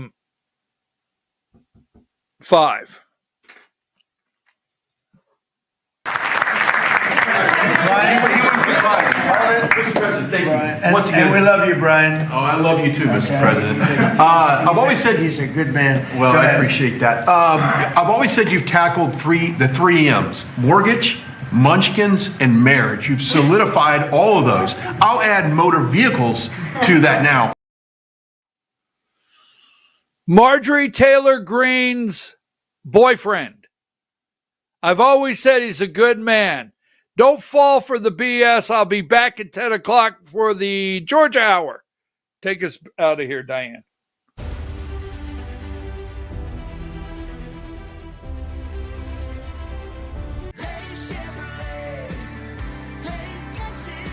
At Days Chevrolet in Jasper, we're proud because for more than 65 years, we've built a legacy of trust for the families we serve. That's why 80% of our business comes from repeat customers and referrals. When you treat folks as well as we do, word is bound to get around. Days Chevrolet in Jasper, family first since 1959. Days Chevrolet. Days gets it done. Together, let's drive. Larry's Body Shop in Ellijay. Family owned and operated since 1978. The latest in cutting-edge digital technology and state-of-the-art equipment allow our iCard Gold Class certified technicians to restore your vehicle. Our second-to-none customer service will work directly with your insurance company. Major accident or minor fender bender. We take the dents out of accidents. Larry's Body Shop, North Georgia's #1 body shop. Visit us at collisiondecision.com. Why give your money to liberal media companies? Put your marketing needs in the hands of a conservative marketing professional and start getting results today. FYN Media Group, one of the top digital marketing agencies in Georgia, specializes in website design and hosting, social media promotion and management, and so much more. Visit FYNmediagroup.com or call 706-889-3564 for a free consultation. Welcome to El Rey Azteca Mexican Restaurant. We invite you to indulge your senses with our from-scratch authentic Mexican food. Whether you are hungry for fajitas or the El Rey Azteca burrito, we offer a wide variety of fine Mexican dishes, drinks, and desserts. Our inviting patio, indoor seating, and bar has a seat for everyone. So come to El Rey Azteca for delicious food, great drinks, good friends, and loads of fun in a casual and friendly atmosphere. Ladies, when you wear elegant jewelry, you become a force to be reckoned with. You shine brighter than the stars in the sky, and your inner beauty radiates like the sun. So embrace the magic, embrace the elegance, and let your jewelry be a reflection of your true, authentic self. My friends over at North Georgia Diamond know what a woman wants. Go see them for the perfect gift. And remember, when it comes to elegance, there's no such thing as too much. Come see us at North Georgia Diamond. We're igniting passion one sparkle at a time.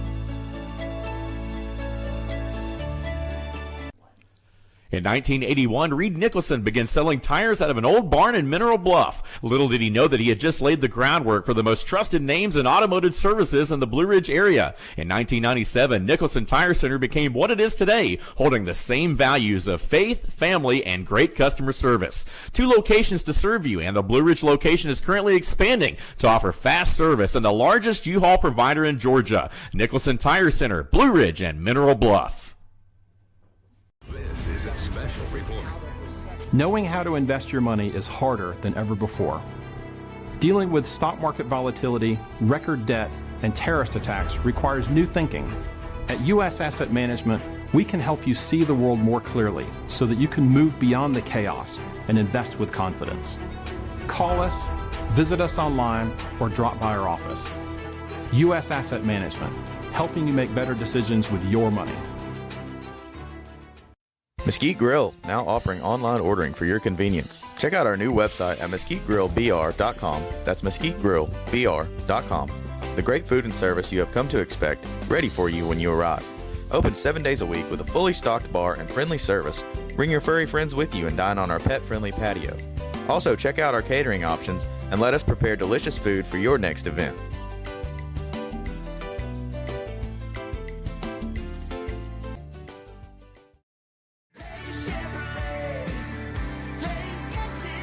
At At Days Chevrolet in Jasper, we're proud because for more than 65 years, we've built a legacy of trust for the families we serve. That's why 80% of our business comes from repeat customers and referrals. When you treat folks as well as we do, word is bound to get around. Days Chevrolet in Jasper, family first since 1959. Together, let's drive. Larry's Body Shop in Ellijay. Family owned and operated since 1978. The latest in cutting edge digital technology and state of the art equipment allow our iCard Gold Class certified technicians to restore your vehicle. Our second to none customer service will work directly with your insurance company. Major accident or minor fender bender. We take the dents out of accidents. Larry's Body Shop, North Georgia's #1 body shop. Visit us at collisiondecision.com. Why give your money to liberal media companies? Put your marketing needs in the hands of a conservative marketing professional and start getting results today. FYN Media Group, one of the top digital marketing agencies in Georgia, specializes in website design and hosting, social media promotion and management, and so much more. Visit FYNmediagroup.com or call 706-889-3564 for a free consultation. Welcome to El Rey Azteca Mexican Restaurant. We invite you to indulge your senses with our from-scratch authentic Mexican food. Whether you are hungry for fajitas or the El Rey Azteca burrito, we offer a wide variety of fine Mexican dishes, drinks, and desserts. Our inviting patio, indoor seating, and bar has a seat for everyone. So come to El Rey Azteca for delicious food, great drinks, good friends, and loads of fun in a casual and friendly atmosphere. Ladies, when you wear elegant jewelry, you become a force to be reckoned with. You shine brighter than the stars in the sky, and your inner beauty radiates like the sun. So embrace the magic, embrace the elegance, and let your jewelry be a reflection of your true, authentic self. My friends over at North Georgia Diamond know what a woman wants. Go see them for the perfect gift. And remember, when it comes to elegance, there's no such thing as too much. Come see us at North Georgia Diamond. We're igniting passion one sparkle at a time.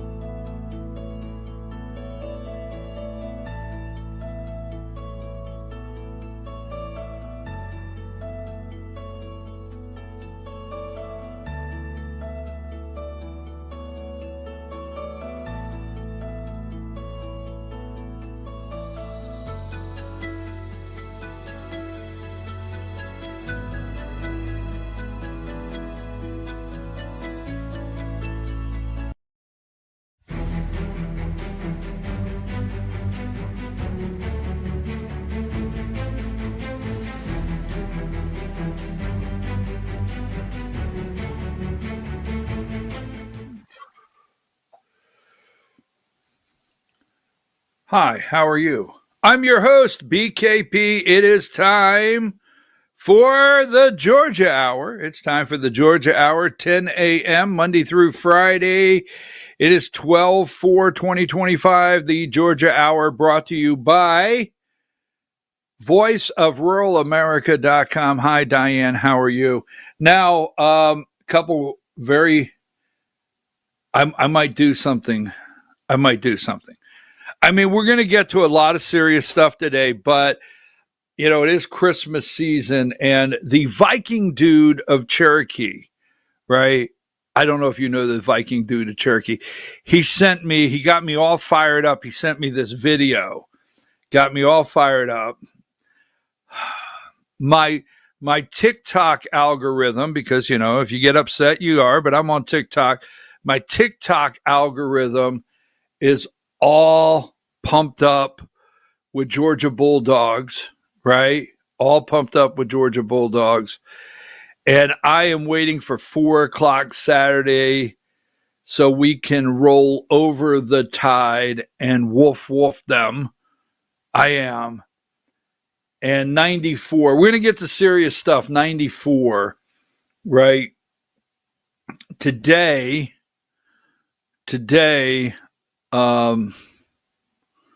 right here, 94 today. Give Diane a chance to get there because I only sent over 5,322 pictures today. Before you go, Herschel Walker, right? 43 years ago today, Herschel Walker claimed the Heisman Trophy.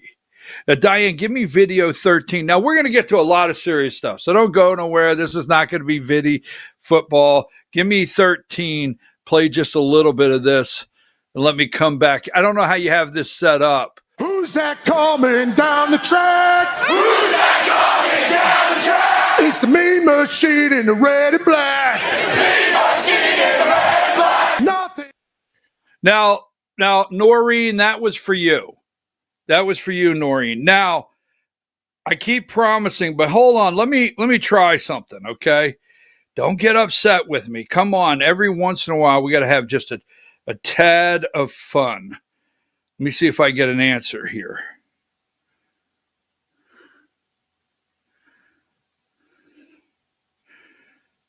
Well, hold on a second.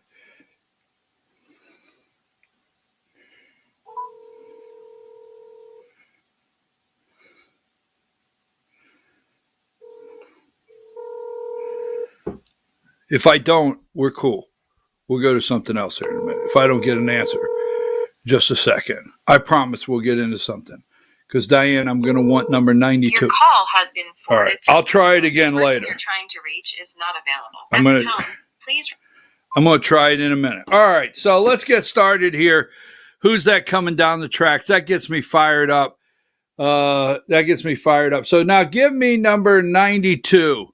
The Georgia Hour. Herschel, I'm all pumped for the game Saturday. I like college football. To hell with Lane Kiffin, the new Tiger King. I cannot stand Lane Kiffin. I've never liked Lane Kiffin. He could go to LSU. There's only one thing LSU rolled right through Atlanta. I do like, at the end of the day, Ed Ogeron. I know as a Georgia fan I'm not supposed to, but I do like Ed Ogeron. Now, today is an ethics hearing. So just to let you know, keeping up with everything First Liberty Building and Loan. First Liberty Building and Loan, $140 million Ponzi scheme that basically preyed on senior citizens and took all of their life savings in the name of the Lord. Sorry, should not have done that one. But they did. And that would be Brant Frost IV, named in the complaint. We'll call it the complaint. The alleged theft, the alleged crime, right? The Ponzi scheme, $140 million, tied to Republican politics all across the state of Georgia and many other states which would inquire or involve the FBI, has the albino rhino, Brant Frost V, and the GRA PAC, right? And the GRA, like, yeah, you can use our name. Now, I don't know what the outcome would be, and we'll get into this, But the GRA and the GRA PAC, the GRA PAC has got, 60-some violations that's being reviewed. They tied the GRA to it in an ethics hearing. So that's today. Give me number 93. We should learn more today about the allegations surrounding two political groups with close ties to First Liberty Building and Loan, the financial institution federal regulators have accused of running a $140 million Ponzi scheme. Now, this would be the Ponzi scheme, Brant Frost IV, the albino rhino, Katie Frost, Mom Krista Frost, right? This would be the Frost family business, maybe legal name under Dad, that is tied to the Georgia GOP, that no matter what happens, many, much like Josh McCoon, the chairman of the Georgia GOP, will not touch. Nope. You are not allowed to bring up the Frost family. You're not allowed to bring up that Brant Frost V is still running a shadow government down there in Coweta County Republican Party. Can't bring that up. Can't bring up that mom, Krista Frost. She may not have known anything, I've heard, right? Okay. She just had the cookie jar with the family money that she kept on, dipping into and throwing out those $5,000 checks, if not, just here's $5. I've got room in the cookie jar. The kids ate all the Oreos and double fudge cookies or whatever I made this morning, because I'm just a housewife that knows no better of how we're getting the money to go to Kennebunkport, Maine, or drive these fancy cars or wear these watches. I'm not aware of any of that. But Krista Frost, mama, is second vice chair of Coweta County, state committee member. She's on some kind of committee for the entire 3rd District, Georgia River. No. And then Katie Frost. Katie Frost is community connection advisor or something in the company. She had a position. She is the chair of the 3rd District. Georgia, no. But anyhow, now that I've said that, laid some groundwork, God knows you don't say Frost. This would be the same Frost family, the same GRA PAC, the same GRA tied to, is what they're saying, PAC, that sent Colton Moore a lot of money that he spent and he cannot return, but I've not gotten a statement. This seems to be the same GRA PAC, the same Frost family that sent Colton Moore a lot of money, and they're attacking me now because I'm just asking for a statement. Nathaniel Darnell, he has said something to my ignorance, okay? So not every candidate has the money to give back, but I tell you what, Colton was dancing at the wedding. All right, now that being said, moving right along, right? The State Ethics Commission will hold preliminary hearing today on the Georgia Republican Assembly, the GRA, and its associated political action committee. Both political groups are closely tied to First Liberty founder Brant Frost IV and his family, who have pushed to purge more mainstream Republicans from GOP ranks in recent years. The PAC was long led by his son, Brant Frost V, a.k.a. the albino rhino, before it was dissolved in June. In July, the commission charged the Georgia Republican Assembly PAC with 61 violations of state campaign finance laws. Brant Frost V, the albino rhino, did not think laws. He did not think rules. He did not think that there was any reason he should have to file anything. I mean, there is multiple filings. Well, they're not done, and he didn't do them. Their operation, Brant Frost V, because he was an employee of First Liberty Building and Loan, if you go read what the receiver, is it Gary Hayes or Gregory or whatever his name is? If you go read what the receiver wrote in his first report, quarterly report, First Liberty Building and Loan, we're not shocked. It's a disaster. The files or lack of files, it is totally no records. They're looking for everything. And remember, the receiver in that report used plurals. He used plurals. We'll get into that on a different day. So Brant Frost V, they say there's 61 violations of state campaign finance laws, accusing it of illegally trying to sway elections. In October, investigators added the affiliated Georgia Republican Assembly itself as a defendant in the case. Now, they're upset. Now, I always like to put my disclaimer in right here. Here's my disclaimer. If you're upset, here's my disclaimer. They're for their personal reason. Now, I applied to be a member of the GRA twice, and twice they sent me my $35 back and denied me membership. Now, I know why. And this is where people go off the rails. I was on the committee. I know why. No, you really don't. I know why. Because I'll tell you why. You want one of them? I wouldn't have sat idly by. The GRA claims to be the conscience of the Republican Party. And that's who they've been with Josh McCoon. They haven't been the conscience of jack shit. You can tell by the leadership. The Frost family ran this, right? Now, back to the disclaimer. There's a lot of you out there that are GRA members. You're good people. Let me look in the eye. You're good people, okay? I don't know why you're a member, but you're good people. And I'll let you know right now, if I would have ever been accepted for membership, I would have ran against Nathaniel Darnell. They're going to have what, Saturday?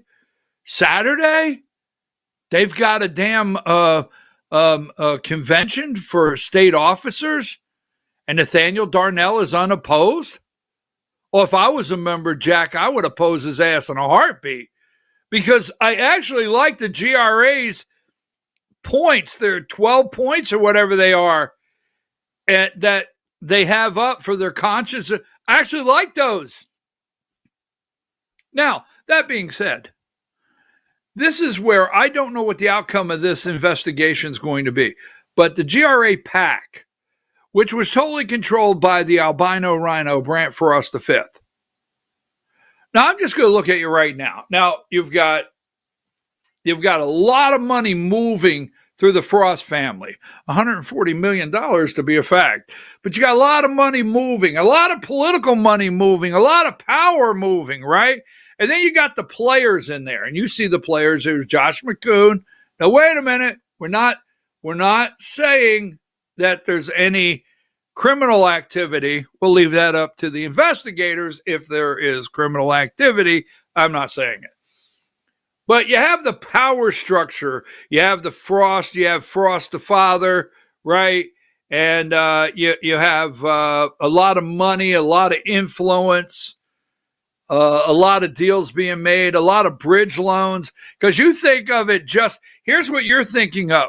You're thinking of this as just that they gave campaign money to people.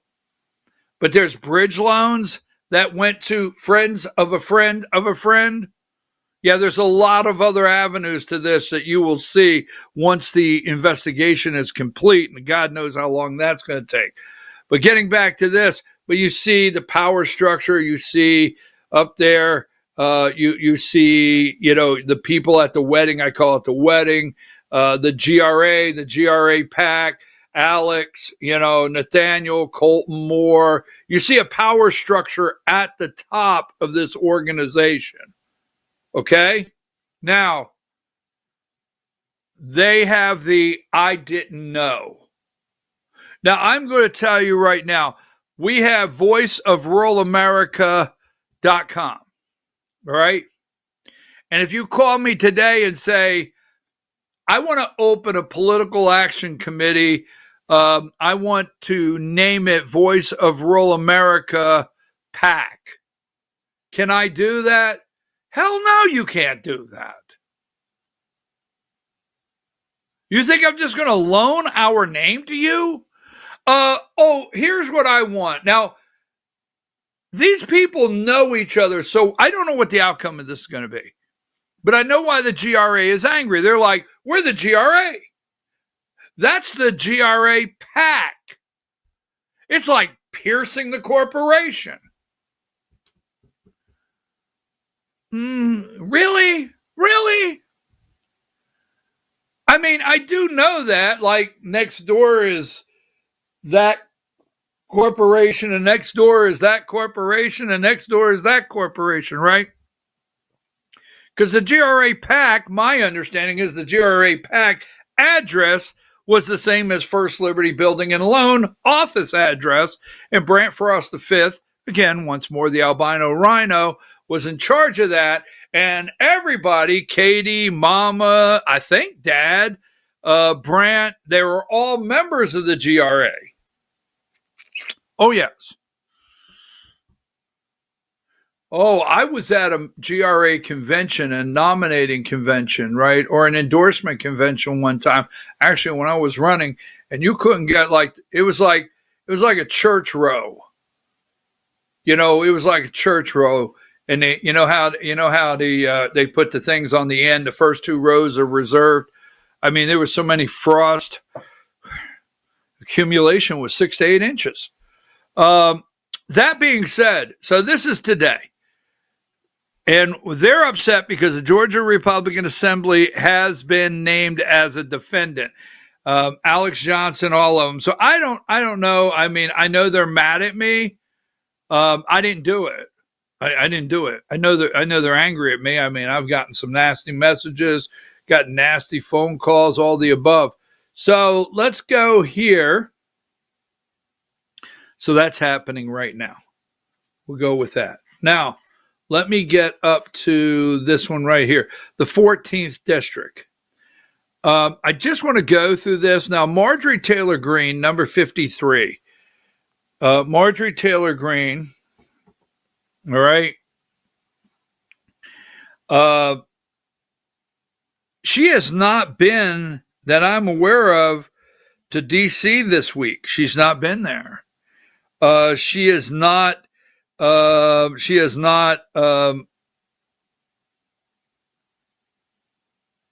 that's a good one. I'll have to read that one later. I tell you what, you're going to roll tide me one too many times. You know. Oh, I love that, though. You keep on rolling tide. You'll see. Now, anyhow, Marjorie Taylor Greene has not been to D.C. all week. All right. And we know there's a major brouhaha, right, between her and Donald Trump. That's what we hear. Major brouhaha. Yeah, I got that. I got that. Thank you. I appreciate it. Now, so she has not been there all week. Missing votes. Donald Trump and her got into it. Pulled the endorsement. Now, I've told you, always pay attention all the way through. Give me video 5.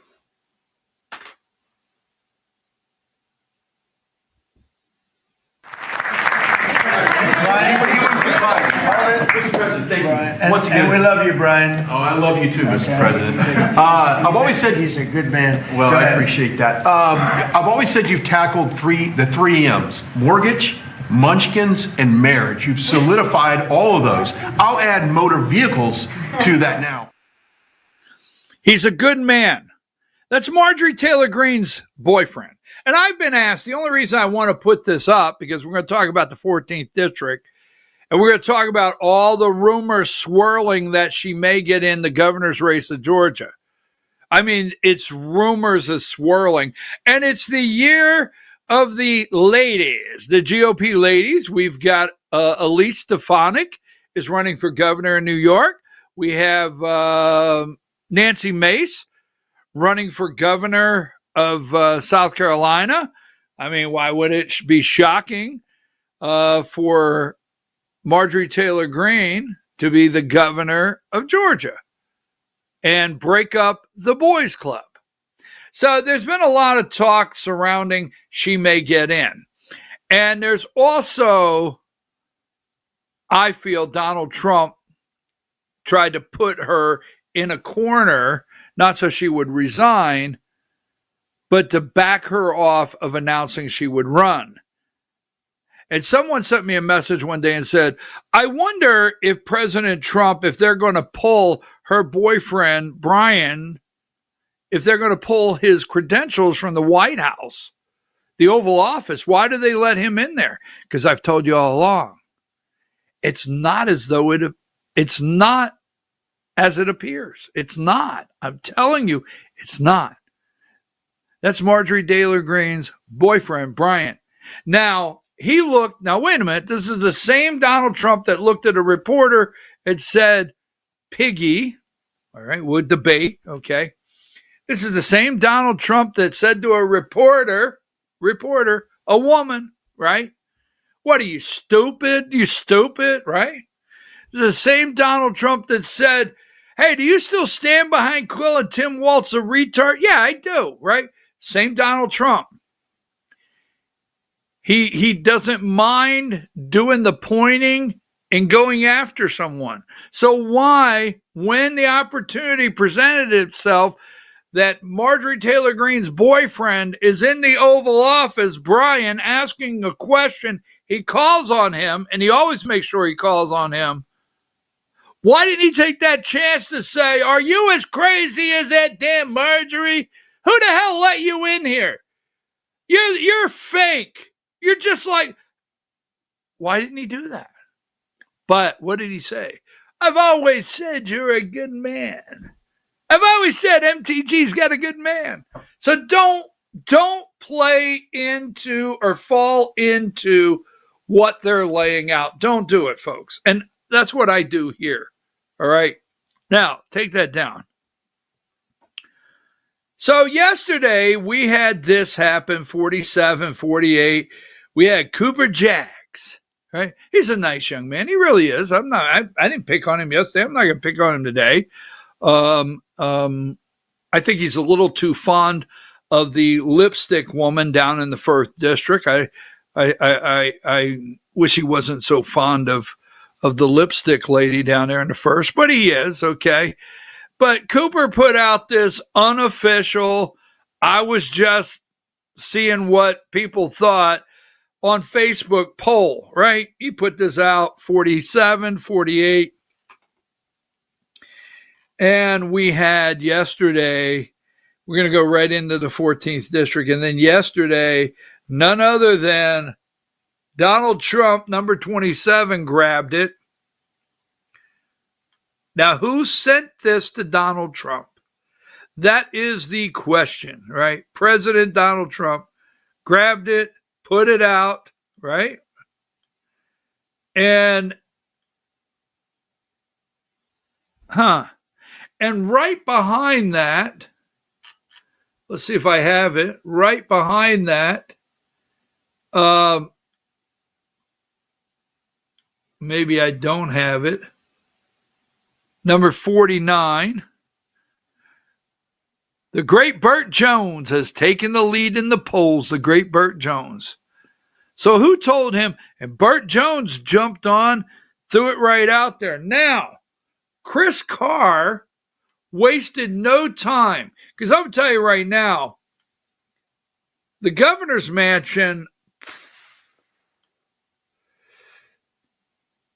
well, I don't think Democrats are over there measuring the drapes quite yet and where they're going to plant a rainbow flag. I don't think that's happening at the current time, but yesterday, the Chris Carr campaign jumped all over at 85. Now, I don't know if you've seen this, but and I want to be very, very clear. I don't know, but the Chris Carr campaign absolutely loves this kind of slouching Burt Jones as though, he's having a couple cocktails. I didn't say he is. It's just the look that I know what they do in marketing, especially in politics, and how they try to portray. He's got the cigar, right? And that is the cigar. Fake $10 million loan, fake endorsements. Now, Chris Carr's campaign put this out, and we're not a friend of Chris Carr. And Chris Carr doesn't like me. We have a handful of friends. Burt Jones thinks voters won't notice. Fake $10 million loan, fake endorsements. Now, let me say this.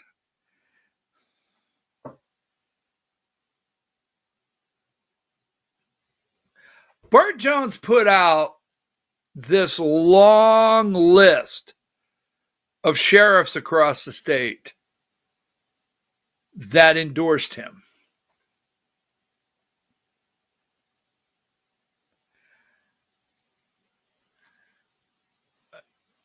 Sources say some of those sheriffs' names on that list, the sheriffs said they were caught off guard to see their name on the list. They never spoke to anyone. Just saying. I'm just saying.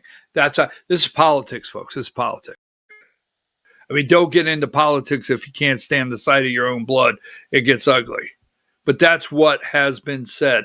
There's been comments that he has listed people's names as endorsements that were caught off guard, like, we never spoke. Just saying. So, fake endorsements and made up poll.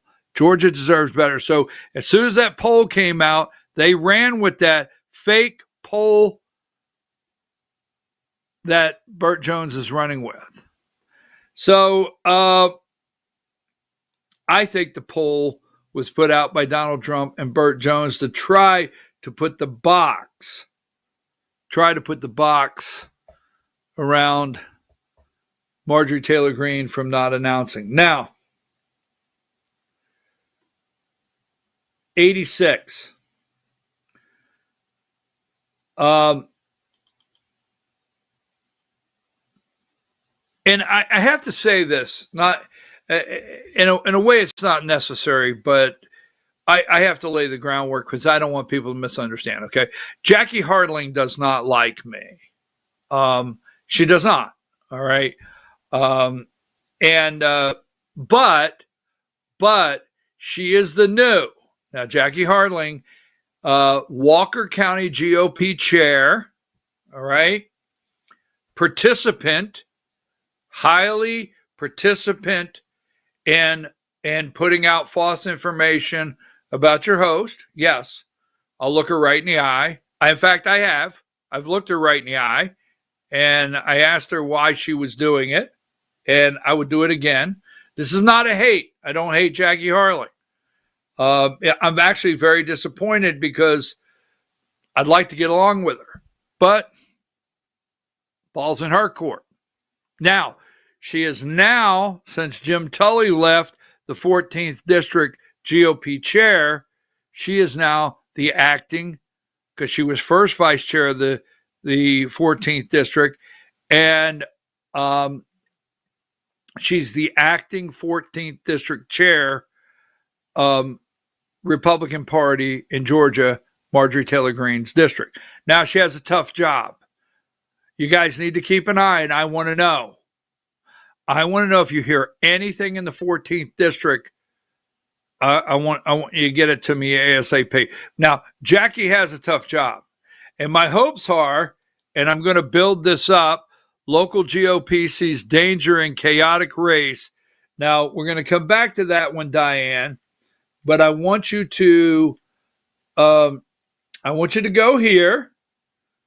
I mentioned this the other day. I'm going to give her every opportunity to do the right thing because she came out of the box. I know I have it here, Diane. I'm going to get it, so you stay with me.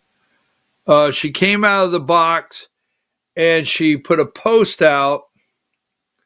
Where the hell is it? I'm going to find it. I know I have it. I could have sworn I brought that over from yesterday. Don't go anywhere yet. I could have sworn I brought that over, Diane. Hang tight. I mean, I got a number from yesterday if necessary, but it's the 14th district statement that she put together, and I want to show people where to go get it. Well, maybe I didn't bring it over. Can you go into yesterday and get me number 32 from yesterday? If it's possible, 32 from yesterday. No, it's 25. Today it's 25. Easy. We're not playing bingo. And shows today. I found it. I'll get this. All right. So this is the 14th District GOP official, right? Official update on the 14th District. All right. And this is their Facebook page. Special election notice, 14th Congressional District. So in if it's good, it's good. At this time, she came out of the box with a very good statement on the 14th District. Now she'll have to follow that, and she can't get herself caught up. Now, what will happen to Jackie is people will pull, and I get it. They will. They will pull on her. Candidates will pull on her. Maybe people from D.C. will pull on her. Maybe Josh McCoon. I don't know. But I know how politics works. So she's going to be under an enormous amount of scrutiny, an enormous amount of pressure in this race because you take number 16. Okay? And Jim Tully doesn't like me. Why don't these people like me? What the hell did I do? Damn. Anyhow, Sally Grubbs, first vice chair of the Georgia Republican Party, has, in my book, unofficially endorsed Jim Tully, former 14th District chair, right? Former field director for Marjorie Taylor Greene. He's running. So Jackie will have a tough job. I'm going to say when this gets to her, Jackie, you did a great job with that first post. You really did. I hope you maintain that because it's going to be tough on you, and I'm not knocking you. It's going to be very tough.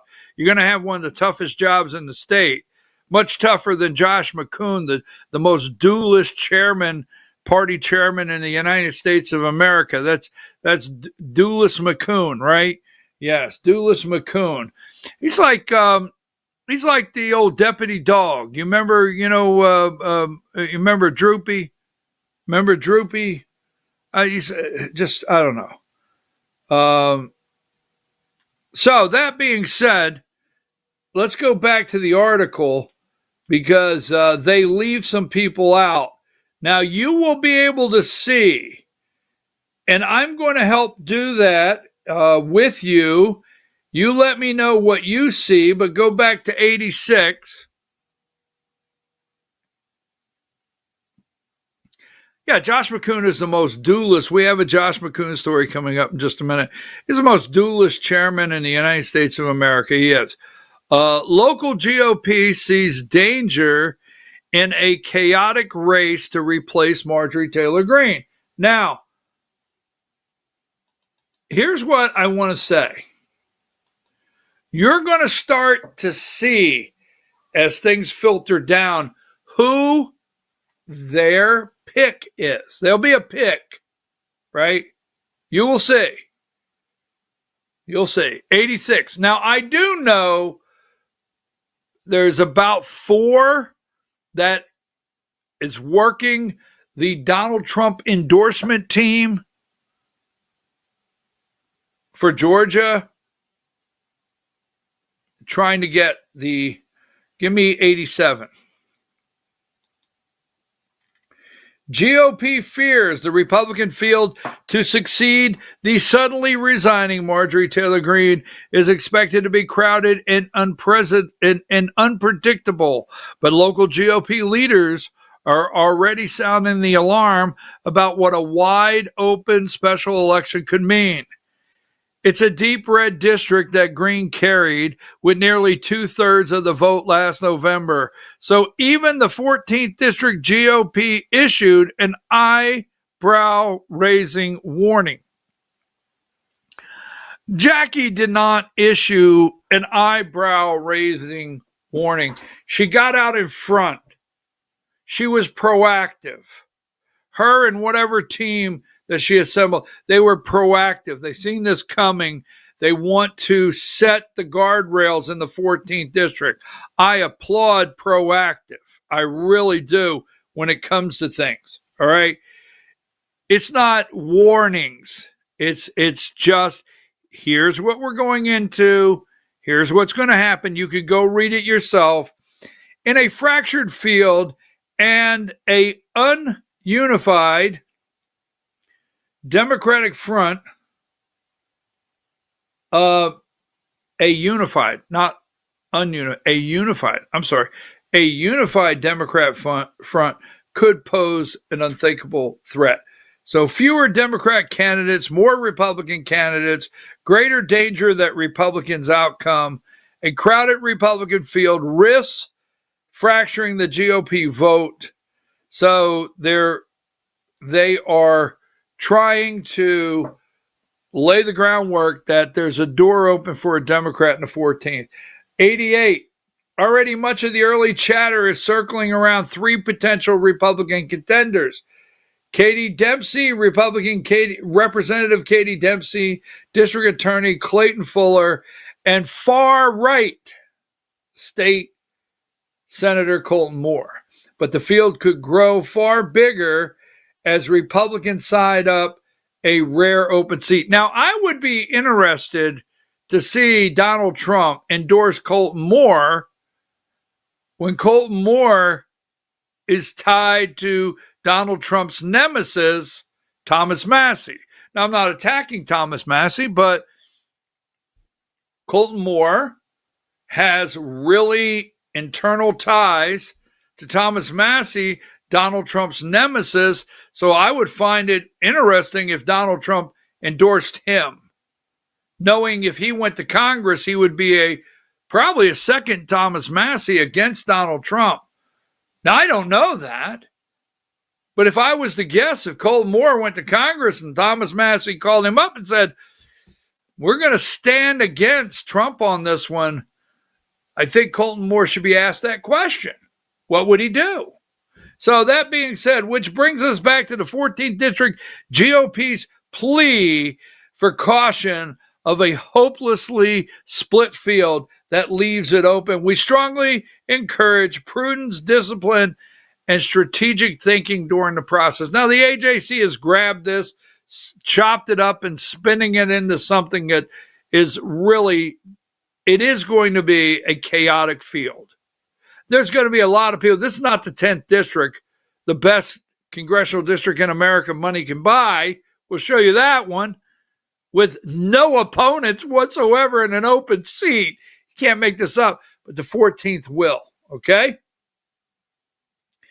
Now, in the interest of time, I'm going to give you an article that I want you to go look at today. It dropped this morning. I have read through the article, but I've got one. I don't want to say I got to go validate because there's the receipts, as they say, are in the article. They're in there, but I want to go read it and get a better understanding. Deliver things that, for the most part, I understand. But take that down. We'll get more into the 14th district. This article came out, and I had it here just a minute ago. I'll find it. It won't be hard to find.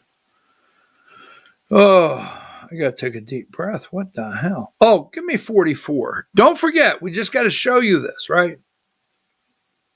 No opponents. None. No opponents. State lawmaker Houston Gaines explains why he's running for Congress. 10th District. Best seat money can buy. What if I'd have made friends with Brian Kemp a couple years ago? I could be a state senator by now. I could chair 2 or 3 committees. Well, moving right along. Best seat money can buy, 10th Congressional District. Now,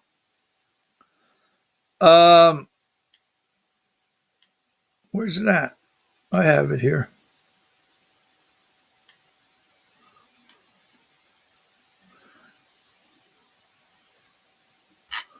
No, wait a minute. I got it. We're not going anywhere.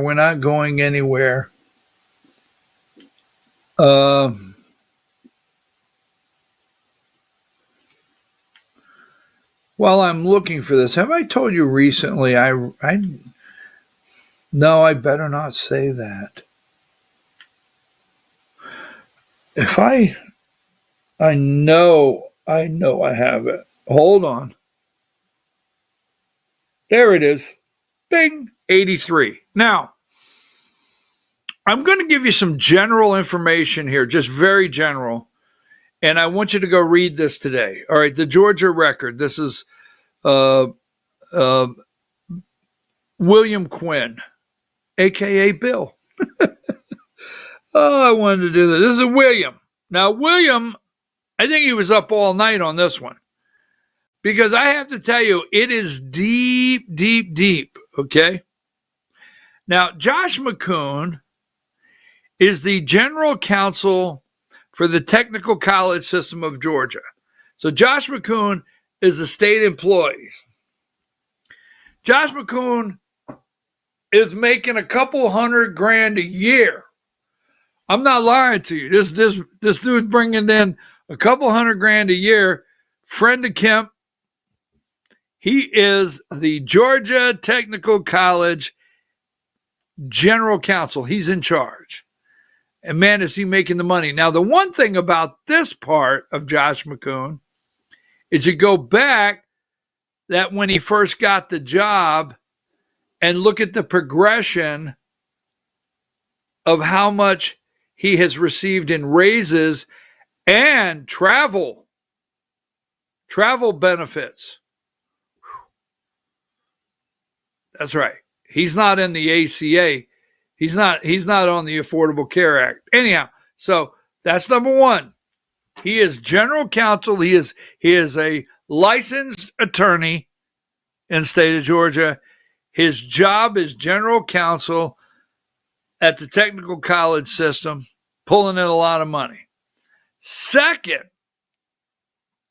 he is the CEO. Now, some say, well, he's the chairman of the Georgia Republican Party, Inc. I've always delivered it that he's the CEO. If you go to the Secretary of State's website, he is listed as CEO of the Georgia Republican Party, Inc. There you go.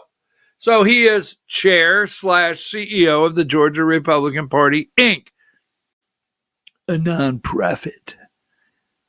Unless there's a bag of cash behind a dumpster. I'm just saying it could be possible. I mean, could bump into it. I didn't say it's a nonprofit. I didn't say anybody's profiting. Just saying.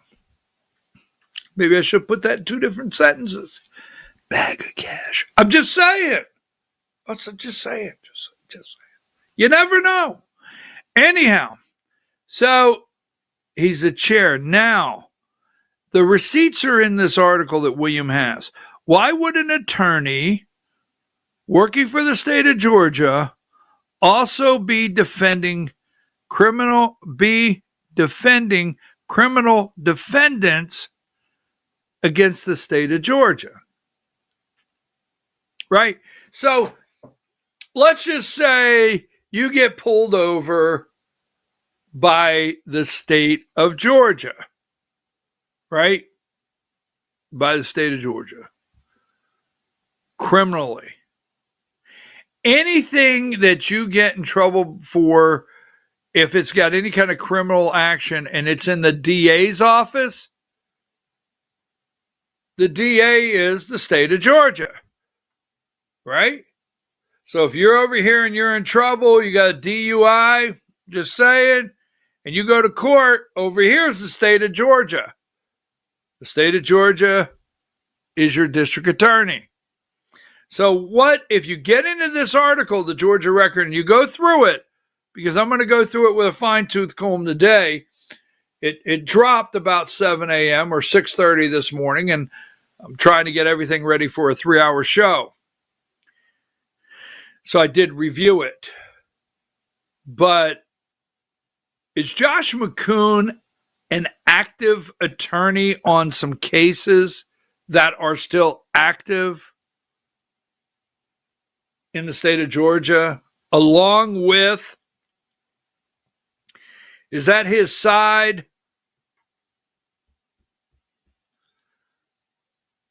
Just saying. Is that a side? I don't know. Is he doing that along with GOP chair, along with general counsel, technical? Read this article, decide for yourself, look at it yourself.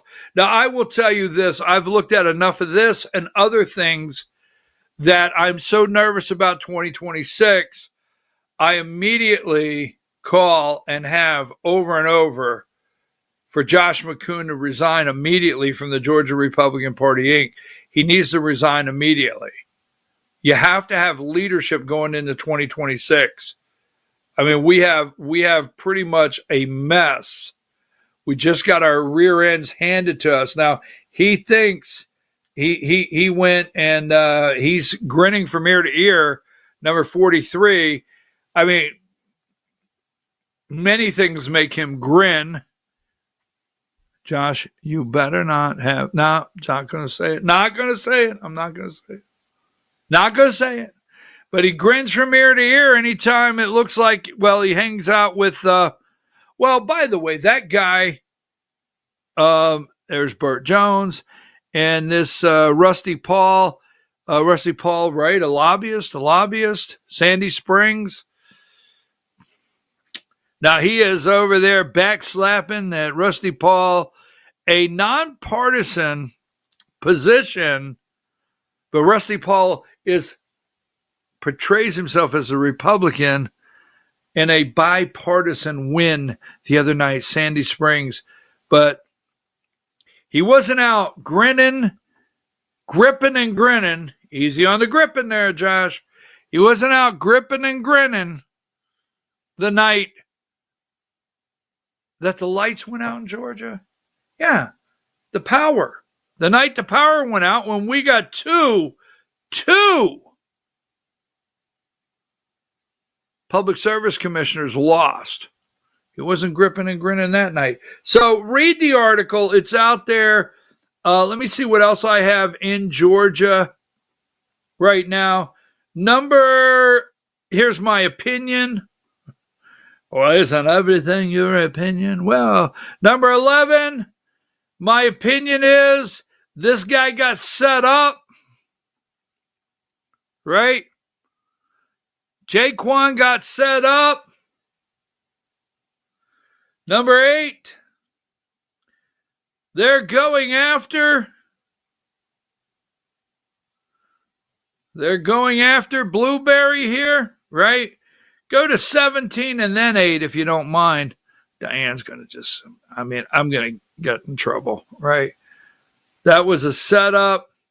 Go to 17. Democrats pursue state GOP to oust advisor. Now, who is really pushing this is Debbie Dunaster, number 4. Debbie Dunaster. Oh, she was on the Godzilla bullshit yesterday talking about how everybody is welcome in the Georgia GOP. The Republican Party, everybody. There's a big tent. In fact, I didn't put it up, but she was on Frederick's. And I have to tell you, I mean, It looked like she had went by the Walmart makeup counter. It did.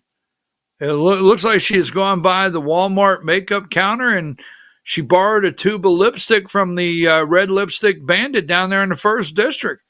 Looks like Candace sent her a tube of red lipstick, and I mean, she had made it by Walmart makeup counter, and I mean, I'm telling you, it's like she's running for something. It's like she's trying to get a position. I don't know, because I know she is supporting and working with Brian Kemp right now. I know she is. She can get mad at me, put one of her AI-generated videos up against me, call me fat and all the stuff she does just because I'm not on the fat shot. Just saying. But the do-naster is really going after the blueberry number 8. Right? All of a sudden. Just saying. Out there. And all I'm going to tell you, don't squeeze the blueberry.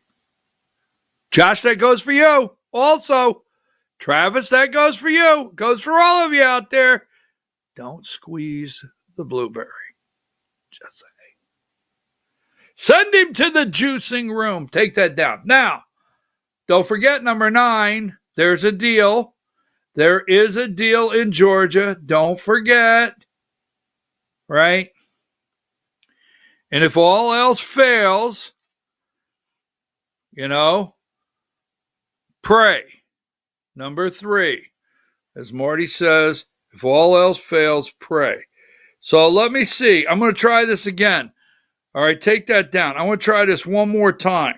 All right? Don't get upset. I just want to try it again.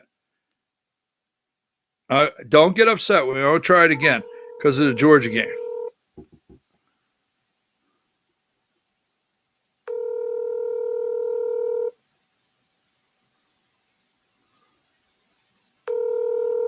She's not answering the phone for me. Why is she answering the phone for me? If I don't get it today, I'll get it tomorrow. Your call has been All right, I'll get it tomorrow. All right, I'm not telling you what I'm doing. Somebody will not answer the phone for me, and I'm not telling you what I'm going to do. Give me just a second here while I'm looking. Give me video 13. Don't go. I've got one more thing, but while you're listening to this elevator music, Noreen, this is for Noreen. Play this for Noreen really quick while I pull something else up before we close. Video 13. Who's that coming down the track? Who's that coming down the track? It's the mean machine in the red and black. It's the mean machine in the red and black. Nothing finer in the land. Nothing finer in the land than a drunk, obnoxious Georgia fan. Go dogs! Go dogs! Go dog! They bark at everybody around here. That was for you, Noreen. Now, power 66 and then 67. We continue to hear over and over. Continue to hear over and over different stories concerning the amount of power that's going to be needed for these data centers. And we know in Georgia, I think it's 161. Give me this report here. Give me video 15, Diane. Testimony says a proposed Georgia Power plan would increase your power bills for years to come. Right now, Georgia Power is seeking approval to spend billions of dollars to increase energy production, mainly to meet the needs of those data centers.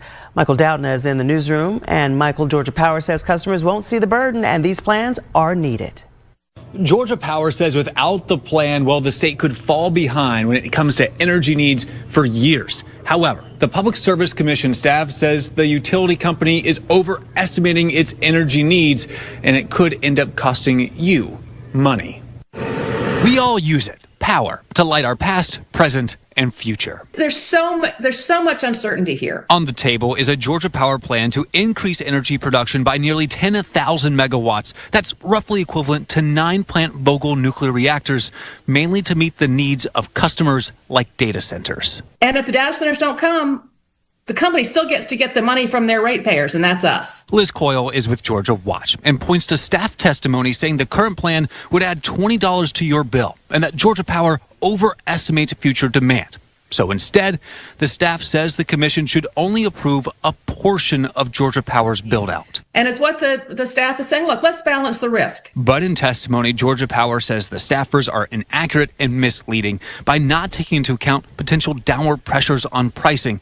And they say that without the proposed build-out, they would be, quote, unable to plan for future large load customers, introducing regulatory lag and making it virtually impossible to meet current and potential customer timelines. I just don't buy it. You know, again, the staff recommendation is based on what some other states, you know, are doing. In the end, it will be up to the PSC commissioners to make the final decision that could shape our energy future. Now, another part of this is that this vote is scheduled to take place on December 19th. That would just be weeks before 2 new members of the commission are set to take office after winning an election back in November. We're in the newsroom. I'm Michael Doudna, WSB Tonight. 71. Give me number 71. Doesn't he look good in his hard hat? No wonder the voters of Georgia handed him his ass. Tim Echols, look at his hard hat, his Georgia Power. New profile. That's his new profile pic. Georgia Power, Tim Echols.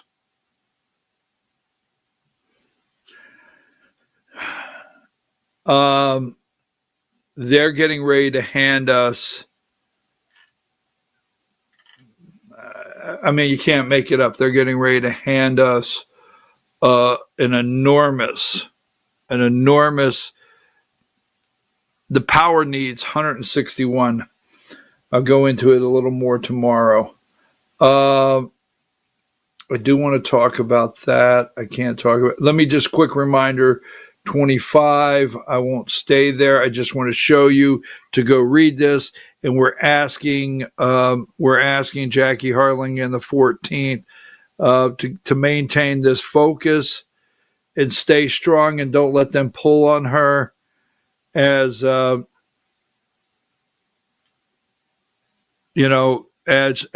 14th gets.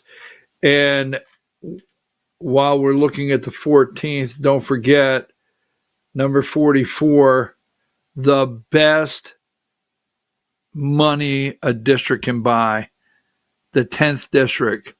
It amazes me. The 1st district is open.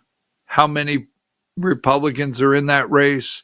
14th district is open. How many are getting in the race? But in the 10th district of Georgia, no one's in the race. That's Brian Kemp's district. Can't make that up. All right, folks, I'm going to be back tomorrow morning, 8 a.m. Take that down. I don't have time to go into some other, I do have 2 or 3 other stories up here I do want to talk about. Let me check my messages just to make sure that I'm not forgetting anything. Okay, I'll be glad. Okay, I'll look at that in a minute. Thank you for the message. All right, and then let me see this one here. Just don't want to go until I check to make sure. Chris Carr is a traitor and will never be governor. Neither will Ratburger. Oh, God, I always know who this is when Ratburger comes out. Not sure Bert either. Not a good guy. Ooh. I would vote MTG if she runs. Wow. I'm telling you, it's all over the map. We'll talk about it tomorrow. It's 11 o'clock. Thank you, Diane, for handling the 297, 11, 46, 82 pictures I sent over and the 36, 82, 97, and 12 videos that I sent all out of order today. Just another day in paradise. Go Dogs! Back tomorrow, 8 a.m.